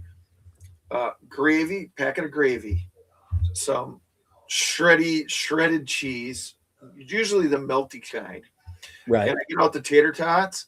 I spice up the tater tots, throw them in the oven, let them get good and crispy, bring them out, put them in a bowl, shake them with cheese, and then take a chicken gravy or a beef gravy, put it over the top of it, and then on top of it, I will find a meat or something like brats or something. I'll cut them up and dice it up, throw it on top, and it's like I got my poutine right here. I was going to say that. I was going to say, is that like Minnesota poutine? That is my poutine recipe, and I'll make it. And my girlfriend she looks at it and goes, "How can you eat that?" I was like, "It's nummy." You know what I mean? Yeah, we've got a sports bar down here that actually has poutine on the menu. Yep. And Love poutine. And the only thing is, like, you can order it with or without beef tips. Oh, beef tips, numb. I if I saw that on the menu, that'd be the first thing I get. Yeah, man. I mean, the place is normally known for wings and other bar food like that, but sure as shit, you can get your poutine there too. And I had it, and it was really good. I mean, you know, it's just what people say it is. It's French fries with cheese, two kinds of cheeses down here at least, brown gravy, and then it had like the slow cooked, super tender beef tips on it. And I was like, well, this is nice. You know, there's nothing wrong with this at all. I'm actually a little bit. See, now, America, we have our brand of poutine, at least in Florida. But our brand of poutine is you start with the French fries, as you would. And then you put a shit ton of like melty cheddar cheese on it. And then you cover it with chili. Well, see, I had a restaurant idea for this. You have tater tots, French fries, eggplant fries, and then you have sweet potato fries. 4 different types of fries you get. You got some cheeses, right? You get different types of cheeses, Mexican cheese, blah, blah, blah cheese, blah, blah, blah cheese. Then you have sauces over on the side. Like you get a gravy or a sauce, and then you could put it in there on top. And then the last part of it is your meat. And it'd be like, do you want shredded corn or shredded beef? Do you want shredded pork? Do you want shredded chicken? And they put it on top, and it's like, here you go. Here's your bowl to go. You know what I mean? It's just like your poutine to go. So you're basically talking like a build your own poutine restaurant. Right. With you know, marinara. They got red marinara sauce there. You can take marinara sauce and put it on there and stuff. You pick a potato base, you pick a freaking sauce, you pick your cheeses, and you pick your meat, and then you go. Right. Right out the door. Now, let me ask you something. Yeah. What do you call marinara? Marinara. Okay, that is a stupid question for me to ask you. I used to have a friend, and I really liked her. I forget her, Amy. Amy was her name. Uh-huh. And she was really cool, and she was like New Jersey Italian. So sugo and a meat she sauce. Called spaghetti sauce gravy. Yeah. And I was just wondering if you ever called spaghetti sauce gravy. No, it's always marinara. The first time I heard that, I looked at her like, because growing up, gravy to me meant, you know, sausage gravy over biscuits. And that was it. You know, maybe some kind of gravy with like Thanksgiving. But apparently calling it gravy is pretty common with a lot of Italians in the Northeast. Like the Guidos in like Jersey and New York, apparently they'll refer to it as spaghetti gravy. Uh-huh. And I'm just, or red gravy or whatever. And I'm just sitting here like, red wow. sauce. Red sauce. That is so wild, but okay. I mean, you know, you do you, man. She was a cutie. She was dating this guy I knew. I should have really took her from him because I know I could have. I'm glad I didn't, because knowing me and how monogamous I am, I would have stayed with her. Mm-hmm. And we'd have been really happy, but then that means I wouldn't have met my wife. Mm-hmm. And I'm happier with her, I think. But she was like Jersey Beach, Jersey. Like, you know what I mean? Yeah. Oh man. And I'd sit there being from Kentucky and I'd listen to her talk and I would just be like, what the fuck are you saying? You know, because usually it's people looking at me being like, what'd you just say? But in our friendship, it was always me being like, I don't even know what you just said, girl. Like, I don't even know what that is. And then she'd explain it and I'd be like, oh, spaghetti sauce. And she'd be like, no, it's gravy. And I'd be like, okay. I mean, I wasn't going to fight about, but. Yeah, not worth it, man. Yeah. Well, like I said, she was a fiery Italian chick from the Jersey Shore part of Jersey. So Hoboken and all that. And yeah, I wasn't going to argue with her. But I should have saved her because the guy she was dating I knew was a fucking scumbag. He is the worst. Oh, but and you know what? The thing about an Italian woman is, watch out for the wood spoon, man. You don't got to tell me. My first wife, the first evil redhead, was Italian. Her grandma was born in Naples. Oh. So she wasn't even a north of Rome Italian. Yeah. She was tip of the fucking boot Italian. Yeah. And crazier than shit. And the only human being to this day that I actually hate. You know what? Italian women are how do I want to say this? Because I'm Italian. I've heard you either get really good ones or really bad ones. And they're all fucking crazy. Right. But that's what I've heard about dating Italian women. They're either super good, homemakers, whatever, or they're just nuts. And I got what I got. Now, the second redhead wife was Puerto Rican. And I had no ill will versus her at all. I mean, we got married. It was great for a while. Then it wasn't. Nobody said anything hurtful to anybody. She wanted to do her own thing.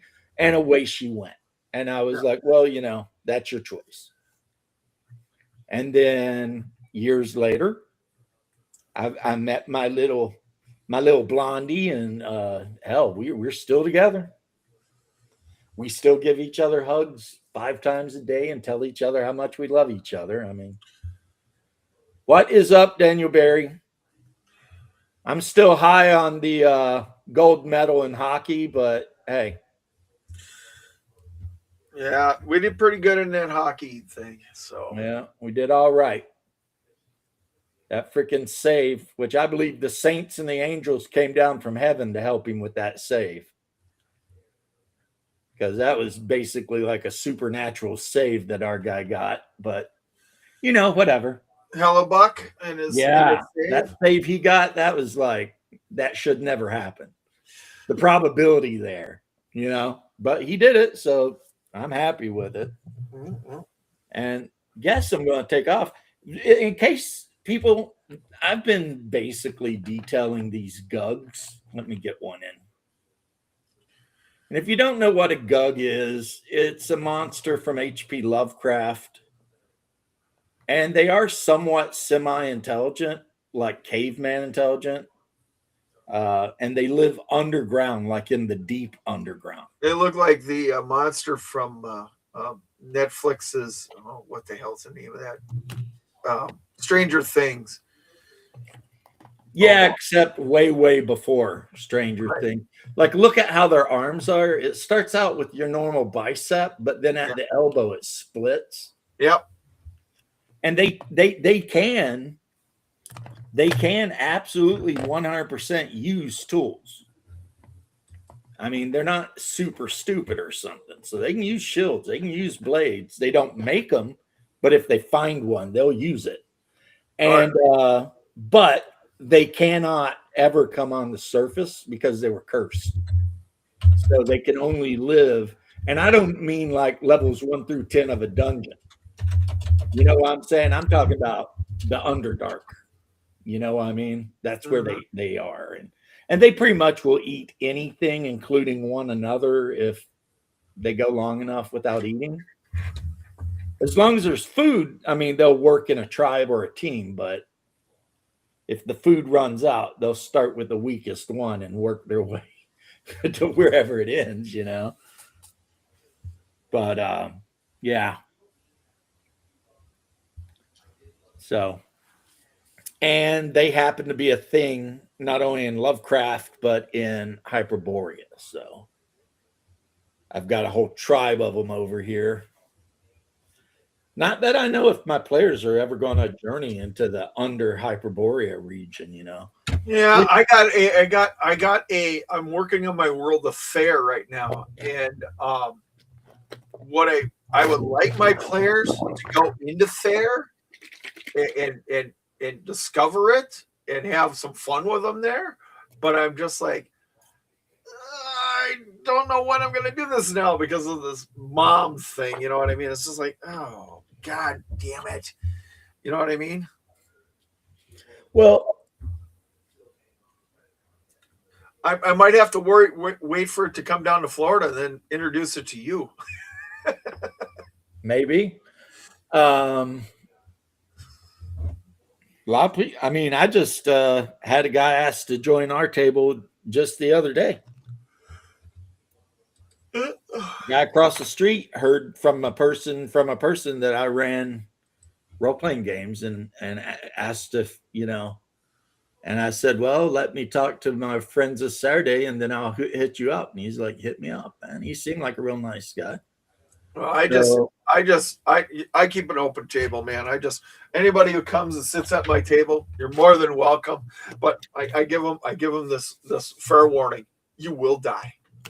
don't get too attached to that character, because once you get too attached and you die, you're gonna get mad at me. And a couple people have done that. So see, everybody at my table knows death is a thing. And that's why I'm talking to all my players before I invite the guy, because we've been gaming together now for like a decade. And I consult with the other players at the table before I do anything that's going to like maybe, you know, interfere with the groove we got going, you know, the vibes. And I know they're all going to say yes. And then on top of that, game night at my house is like a whole event. My wife usually makes a huge dinner and everything. So if we're going to add another one to that, then she has to definitely approve, because I'm not just, you know, going to be that guy that's like, oh, and by the way, set another plate for dinner. Yeah. Well, but, see, I'm about to change my thing where everybody tosses in $2 and one of us runs down to the dollar store, which is like 5 doors down from the game store, and just picks up popcorn and shit like that for the table. Because it's like every time I play, it's like I'm always bringing everything. So it's like, you know, that is an issue. And I went through a little bit of that myself for a while. And you might even say I still do. But the thing is that some of the people that come over to play, they're like friends outside of game too. You know what I mean? Like my wife's close friend, female friend, she shows up. So it's not like I'm just providing stuff for randos. These people are, you know, people we hang out with all the time. So I don't mind. And if my wife don't mind, I don't mind. If my wife ain't in the mood, then I order cheap pizza like Marco's or something. You know? Yeah. Well, that's why I think the $2 roll is just fine. It's just, you know, for $2 and you can run down and I don't. What we do is we game between 3 and 8, and I take a break at like 5:30. And you know, we got a burger joint. We got the Wong House, which is a Chinese place. It's a House of Wong. I call it the Wong House. We've got Papa John's. We've got a Caribou Coffee. We've got a burger joint. We got Aldi. We've got and a couple other places really close. So there's like a ton of these little food places they can go to for in a half hour and come back. You know, so it's like. We take a half-hour break, and when they get back, I'm usually ready for the next part of the murder capital. You know, I mean, Yeah, and I agree with what you're doing. When I ran Adventure League Adventures during fourth edition, I mhm. didn't bring anything but myself. But right next to the comic shop I ran the games in was a Pizza Hut. So it was like, okay, we're going to take a break. And I'd go over there and get those, like, basically a piece of pizza folded in half, kind of super cheap pizzas, Mhm. and maybe a Coke, and you know, Yeah. and like if I were hungry, there was a Chinese place there too. So yeah, it wasn't something you had to worry about. But um, the thing is I don't know if this is a Midwest thing. My wife is, her family decided when they came over to settle in Chicago for some reason, and she is like a big fan of like actual like hosting things like a 1950s wife would. Mhm. Like a couple of the players we hang out with are a couple, and sometimes she has them over and we do dinner parties and play board games, and and they do the same. I mean, shit, they invited us to Thanksgiving, fed us. So Yeah. I mean, so we got a lot of that going on, which is the only reason I said, I talked before I just let randos show up. But when I was running the game at the comic shop, it was like, well, the way they did the fourth edition Adventure League is I would show up, they'd give me whatever encounter I was running, because it's always like one encounter. So you'd have a map with a grid and tokens, and then you'd sit down at a table with a number on it, Mhm. and then the players would be assigned to numbers, and they tried to make sure that a player never got the same number twice, because they want all the players to work their way through all the tables. You know what I mean? To make sure at some point you at least got a good DM. Mhm. And I lucked out too, because at the end of the thing you were supposed to turn all the adventure packets in, but the store owner told me, he's like, hey, keep it to yourself, but you can keep them. Mhm. So I have the entire set of fourth edition Keep on the Borderland adventure packets. Oh, nice. Yeah. I don't even know if you can get those. You probably can online somewhere, but he let me have them, and because he knew I was such a huge fan of Keep on the Borderlands, and it's like a 4 or 5 part series, man. So I was like, hell yeah. But yeah, I ran fourth edition because there was a time before fifth edition broke my entire will to live that anything Wizards Coast put out, I was buying. So fourth edition, I bought like everything for fourth edition. I ran fourth edition. When fourth edition Essentials came out, I bought that. I ran that. Mhm. And then fifth edition came out, I bought it and I ran it. And then Tasha's came out and I read that and I got rid of all that shit. Because that's when I realized it's kind of like, I would compare my situation with Wizard Coast as meeting a girl and being like really in love with her, but then over time noticing that maybe she didn't care for you as much as you cared for her, but sticking with it just in case. And then eventually, when Tasha's hit, I realized this bitch don't like me at all. You know what? At which point you just gotta walk away, you know. And Tasha's was the book that showed me that nah, they don't like me.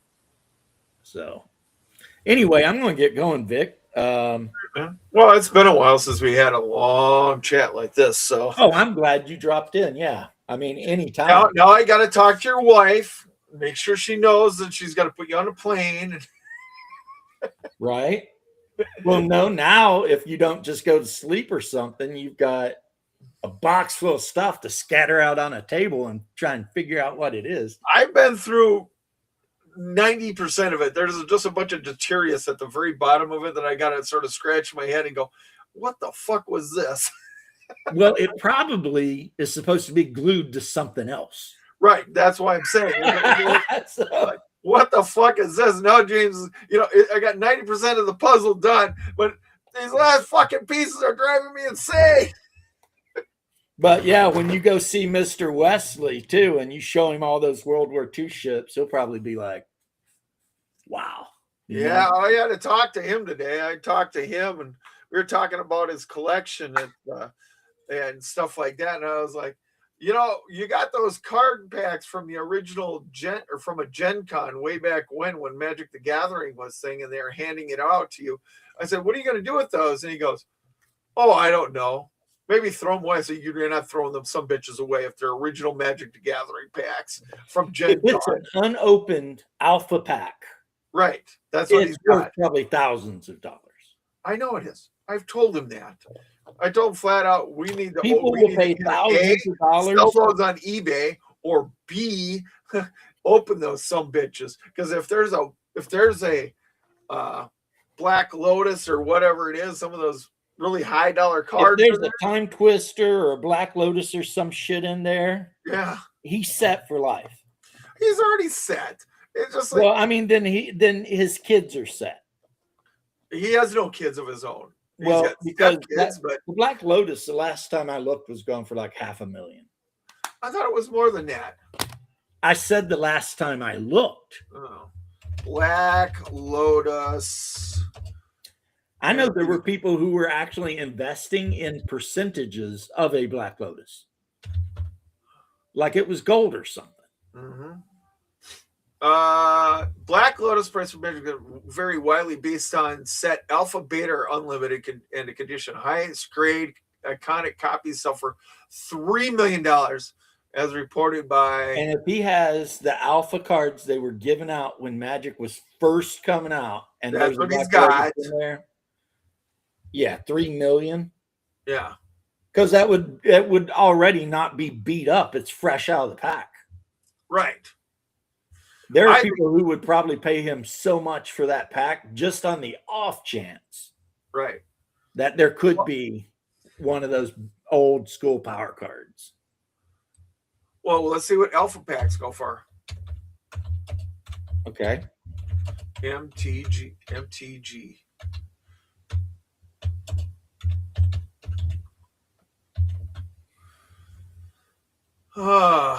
An unopened between $30,000 and $33,000 per pack. Factory sealed 15 card packs are considered grails, and a fully factory sealed starter deck can exceed $100,000. Yep. But individual packs go from $30,950 to $32,950. Wow. Yeah, they like those starter decks because the starter decks back in the day came with like 24 lands. And any alpha land is worth a shit ton of money. Basically, every alpha card is worth money. Yeah. There's no such thing as like, a $10 alpha card, really, not so much. Right. And if you hit a big one, like I said, if you hit like that Time Twister or whatever, or of course, the Lotus, or an alpha dual land, you know what I mean? Then, yeah, you probably can retire after that.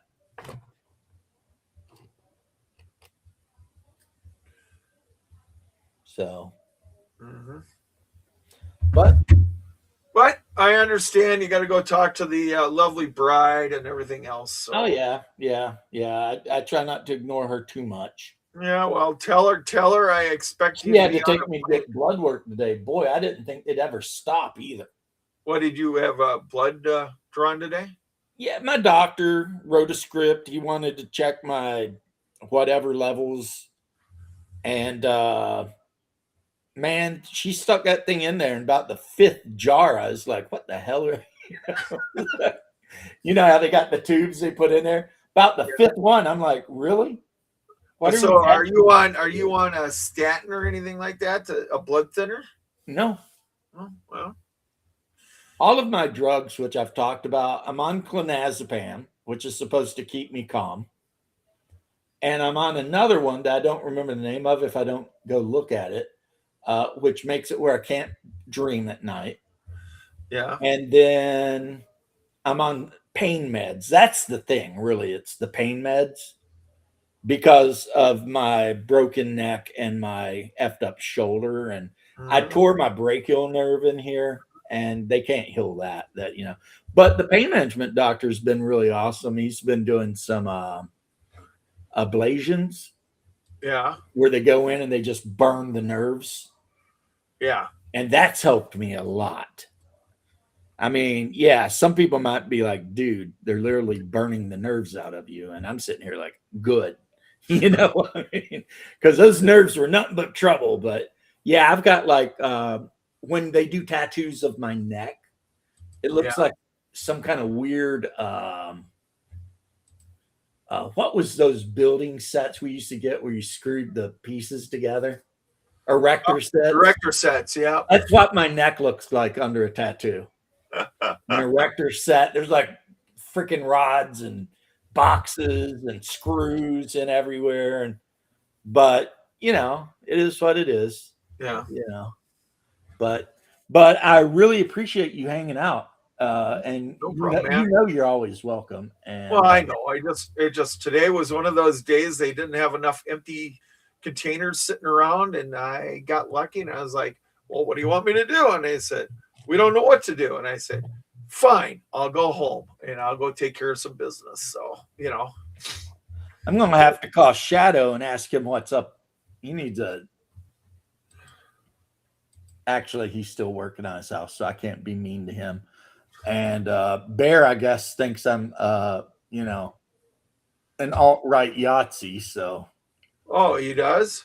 yeah. Why does he think that? People who watch my show sent me things about different times when he insinuated that I was like Yahtzee adjacent or something. Come And on. then the day he got mad was one, Mobius. He hates Mobius. Mobius and him don't get along for reasons I don't know and I don't want to be involved in. But I was talking about how one of the players in my Hyperborean game had learned the Eskimo language. And he's like, they're not called Eskimo. And I said, well, in the book they are. And he said, then the guy who wrote the book is an idiot. And then I said, no, actually, they called themselves Eskimo. And he said, it's actually an insult. It means eater of raw flesh. And I was like, Bear, I've been to Alaska. I've watched them eat raw seal from the freaking tail to the nose. I said, they are eaters of raw flesh. And then Haas was like, I dated an Eskimo girl. And when I met her, she said she was Eskimo. But then when I got to know her, she told me where her tribe was, which was like Kikuk or Kikchuk or some shit. Yeah. But I guess it's a Canadian thing. Canadians get all kind of weirded out about that First Nations bullshit. And I just don't have any time. Thanks, Coco. Cast Iron Skillet made that for me. I don't know about Shadow. I would have to ask Shadow. I know he lived in Virginia, so chances are pretty good. But when I was 14 and had my first job, it was RC Cola, moon pie, and a ham sandwich every day. Yeah. And I had like a real grown-up job for the summer, which was putting down barbed wire fences and repairing them. But that's my understanding from people I've talked to that are kind of in the know on both sides of the situation. That the thing that really aggravated him, besides the fact that Mobius is always in my chat, which again, I don't want to is the fact that I kept saying Eskimo. Oh, come on. You know what? I treat this like a it's childish. Just like on my conventions. One of my conventions. You know what I say? Everybody's welcome. Leave your politics at the door. If you guys want to get in a big heated political thing, there's a bar downstairs, or you can go the fuck outside. Just leave. I do not want to hear a screaming match inside the goddamn convention. See, I didn't think it was political because in the actual Hyperborean player's handbook, your character can play an Eskimo. Oh, so what? So to me, No way. I thought, okay, so you play a dude that used to live in Greenland but got transported to this weird disc, and you worship Cthulhu, Mm-hmm. and you're part of the Eskimo, which of course they would call themselves in, once you knew them, Inuits or whatever the hell they are. But that was the thing I think that broke the camel's back. But Andre, I don't mind saying names about stuff. My Russian comrade, yeah, he and I talked, and he was like, dude, I would have kicked that guy 3 months ago. And I'm like, why? Because apparently I'm just that naive, or I just don't care, or I just don't notice. But apparently other people noticed that he was basically strongly insinuating I'm a Nazi. And I'm like, that's weird, but okay. Okay, so what is his definition of a Nazi? I want them. You know what? I'm not even getting into it, and I'm not even mad at him at all. But that's it was a combination of apparently me being insensitive, as certain people would say with my wordage, and Mobius. And it just sent him over the edge. But the thing is, I'm like, I even talked to him in private before everything went down, and I'm like, bro, I don't know what you want. Like, I don't want to ban Mobius because he's been around forever with me. Right. Like, me and Mobius have been hanging forever online, right? So I hate to ban anybody, but every time he's in the chat, you two just go at it. And then all right. Here's my problem. And I'm like, look, you're Canadians. You're supposed to be nice to each other because they're both Canadians. Yeah, but you know what?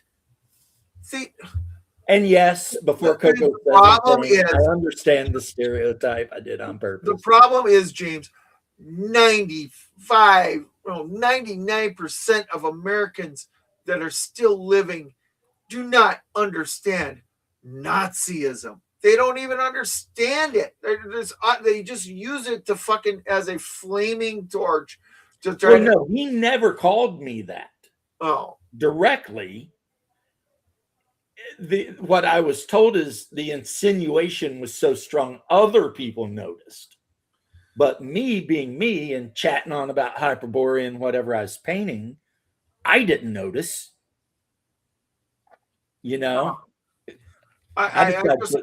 guy's pants. This is like me saying something to you like, let's see here, James, and I did a shield checkerboard pattern.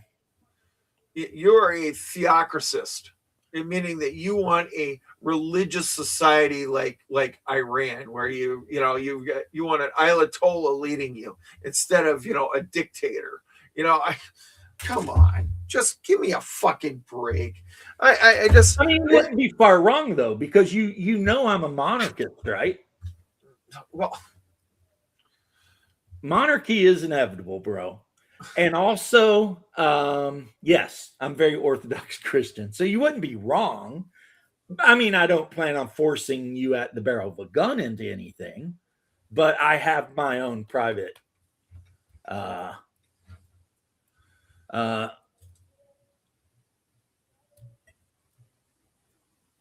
see, I'm a good guy and he'd have a beer with me.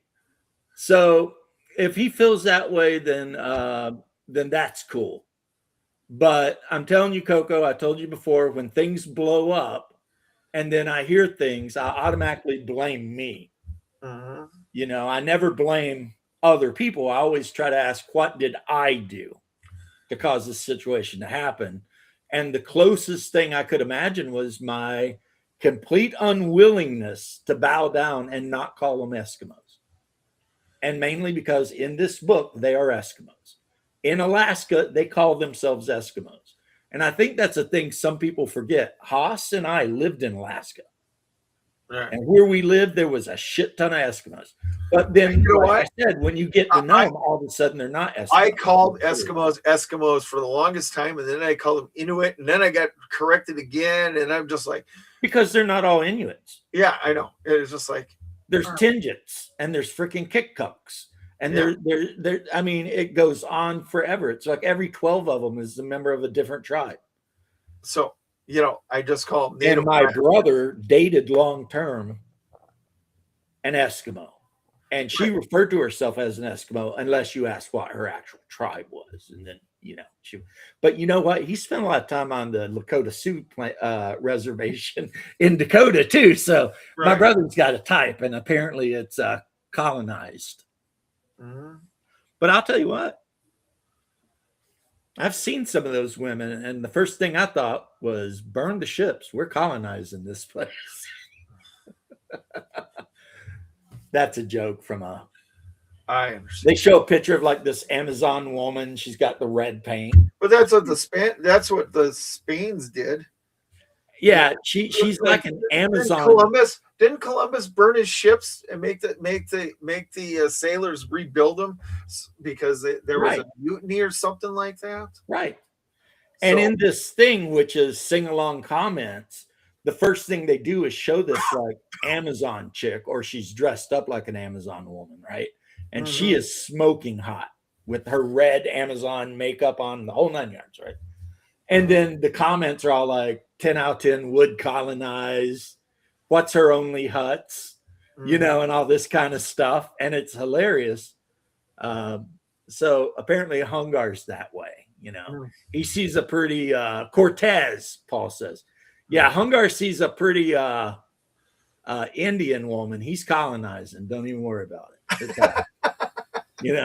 Or an African, because Hungar went through a long, long phase where he only dated the black chicks. You know what? Isn't he married to an Asian woman right now or something like that? No, he fools around with them a lot, though. Oh, something about Filipino nurses and his chubby bearded ass. It's like their idea of what makes a beautiful man is so different. Well, that's why I kept giving him crap when he was in the hospital. Remember when he was in the hospital? He was online. We'd be talking, and I'd say, "But you remember, Vic, what I told you about nurses? Yeah, that work in ERs and shit in general." Oh yeah, I know. So I kept accusing him of getting chasing the women around with his ass hanging out of his out of his gown. You know what I mean? So yeah. Coco, I totally dig it. I will never have a problem with you, and I'm not even mad at Bear about it. But maybe it's the bald eagle in me. I don't like when people try to tell me what I can and can't say, which words I can and cannot use. Like if I want to go out in the front yard and stand on the sidewalk and just shout the N word all day, I'll do it. Now, I wouldn't do it because I like my neighbor and he actually is a black guy. So I wouldn't want to start any guff with him. But yeah, if I'm reading a book and it says Eskimo, I don't need somebody being like, that's insulting. It's like, you're not even Eskimo. You're a white dude from the freaking Atlantic. Oh, I made a joke the other day about Koreans and a Korean, and the guy says, yeah, you don't know very much about Korea, do you? And it's just like I just thought about this, Vic. Yeah. He's a white guy from Montreal. Yeah.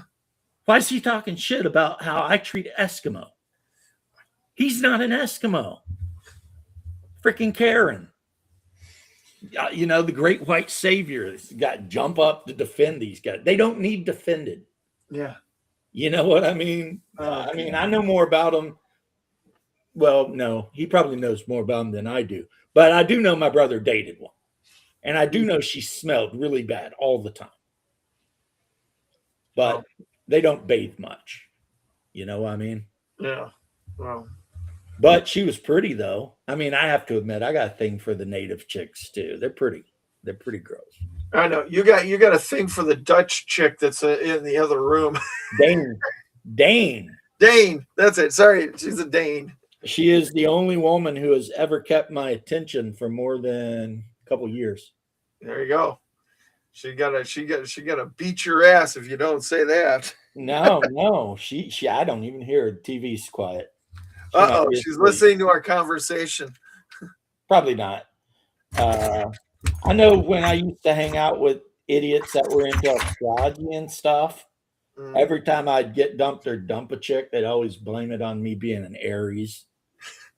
They'd be like, well, you're an Aries, so we all knew that shit wasn't going to last. Oh God, zodiac sign people. Oh, I know. I'd always roll my eyes. I had a woman But here's where it that gets was a weird. zodiac sign chick. Vic, and they she would said, always tell me if I wanted to have a happy relationship, I need to date an Aquarius. Because Aquariuses are the only ones compatible enough to be with an Aries, right? My wife is an Aquarius. well, I'm an Aquarius. I mean, you know, Aries and Aquarius is supposed to be like a super great mix. Because your stability calms my fiery nature down. Who are infinitely patient. And you're infinitely patient. And hey, Mrs. stubborn. James or Mrs. James, you need to put his ass on an airplane on April 24th to Minnesota. Oh, someone wants to take you for a week or two? I No, will for 2 weeks. happily babysit his fat, jolly little ass for Bear and I 3 would or be 4 okay. days. Yeah, Bear wouldn't even know I was gone. Well, he would. I know you'd be okay because you're used to me being gone a day every 3 anyway. I That was will the hardest happily part when babysit his ass, and I will send him back to Florida with a grin on his face and everything else. So just make sure April 24th, you put him on an airplane to Minnesota. When he gets there, we'll take care of him. Yeah. So she heard it straight from you. Yeah, I don't believe astrology is a real thing, but all of the weird astrologists people I hung out with when I was Isn't into vampire, astrology comes from the Roman Empire? From what was the I heard it comes. They all say Aries are pains in the butt. Yes, Oh. we're like the hardest people to date, and also it says by the time you're ready to break up with me, it's too late. I've probably already left. Because apparently we get bored really easy. the And we like to fight. Sumerians started it? And we're full of anger all the time and emotions. Because we're like the quadruple, we're like the quadruple fire sign or some shit. That just talking about it sounds exhausting. Yeah, we're the super fire sign. And you're like the air sign. And somehow it works. I don't know. I was listening to a bunch of 19-year-old goth chicks. What the hell do they know? Actually, they know a lot, but no, astrology supposedly was invented like pre the Ice Age. But yeah, it says here they were early Sumerian Babylonians were. I don't really believe in it, and I do know my Bible says you shouldn't try to read the stars and shit like that. But I also know that the hippie chicks I hung out with a long time ago would tell me that my perfect match was an Aquarius. That's who I needed to get. And then 20-something years ago, I did. Now, everyone I dated prior to the Aquarius pretty much was a Sagittarian. And what they always told me about Sagittarian and Aries is super fiery, great sex, will break up. And the Sagittarian will cheat. And you know what? Totally true. In my experience. Sagittarians are cheating bitches and whores, All right. but they can be a lot of fun in bed. Okay, now I've talked to your wife. She knows. She knows the deal. She heard you say April freaking. He said something to you about the thing. You've heard about it. And it wouldn't be a week. It would be like a weekend. Send them on a Thursday. We'll send them back on a Monday. That's what is that? Thursday, Friday, Saturday, Sunday night. That's 4 nights. You can cuddle the dog in the bed and you know. Like an Amazon package, she says. I'll talk to you later, Vic. For real this time. All right. Southerners coming out. You know it takes me like a half hour to say bye. Yeah. Goodbye. Goodbye. Midwesterners are like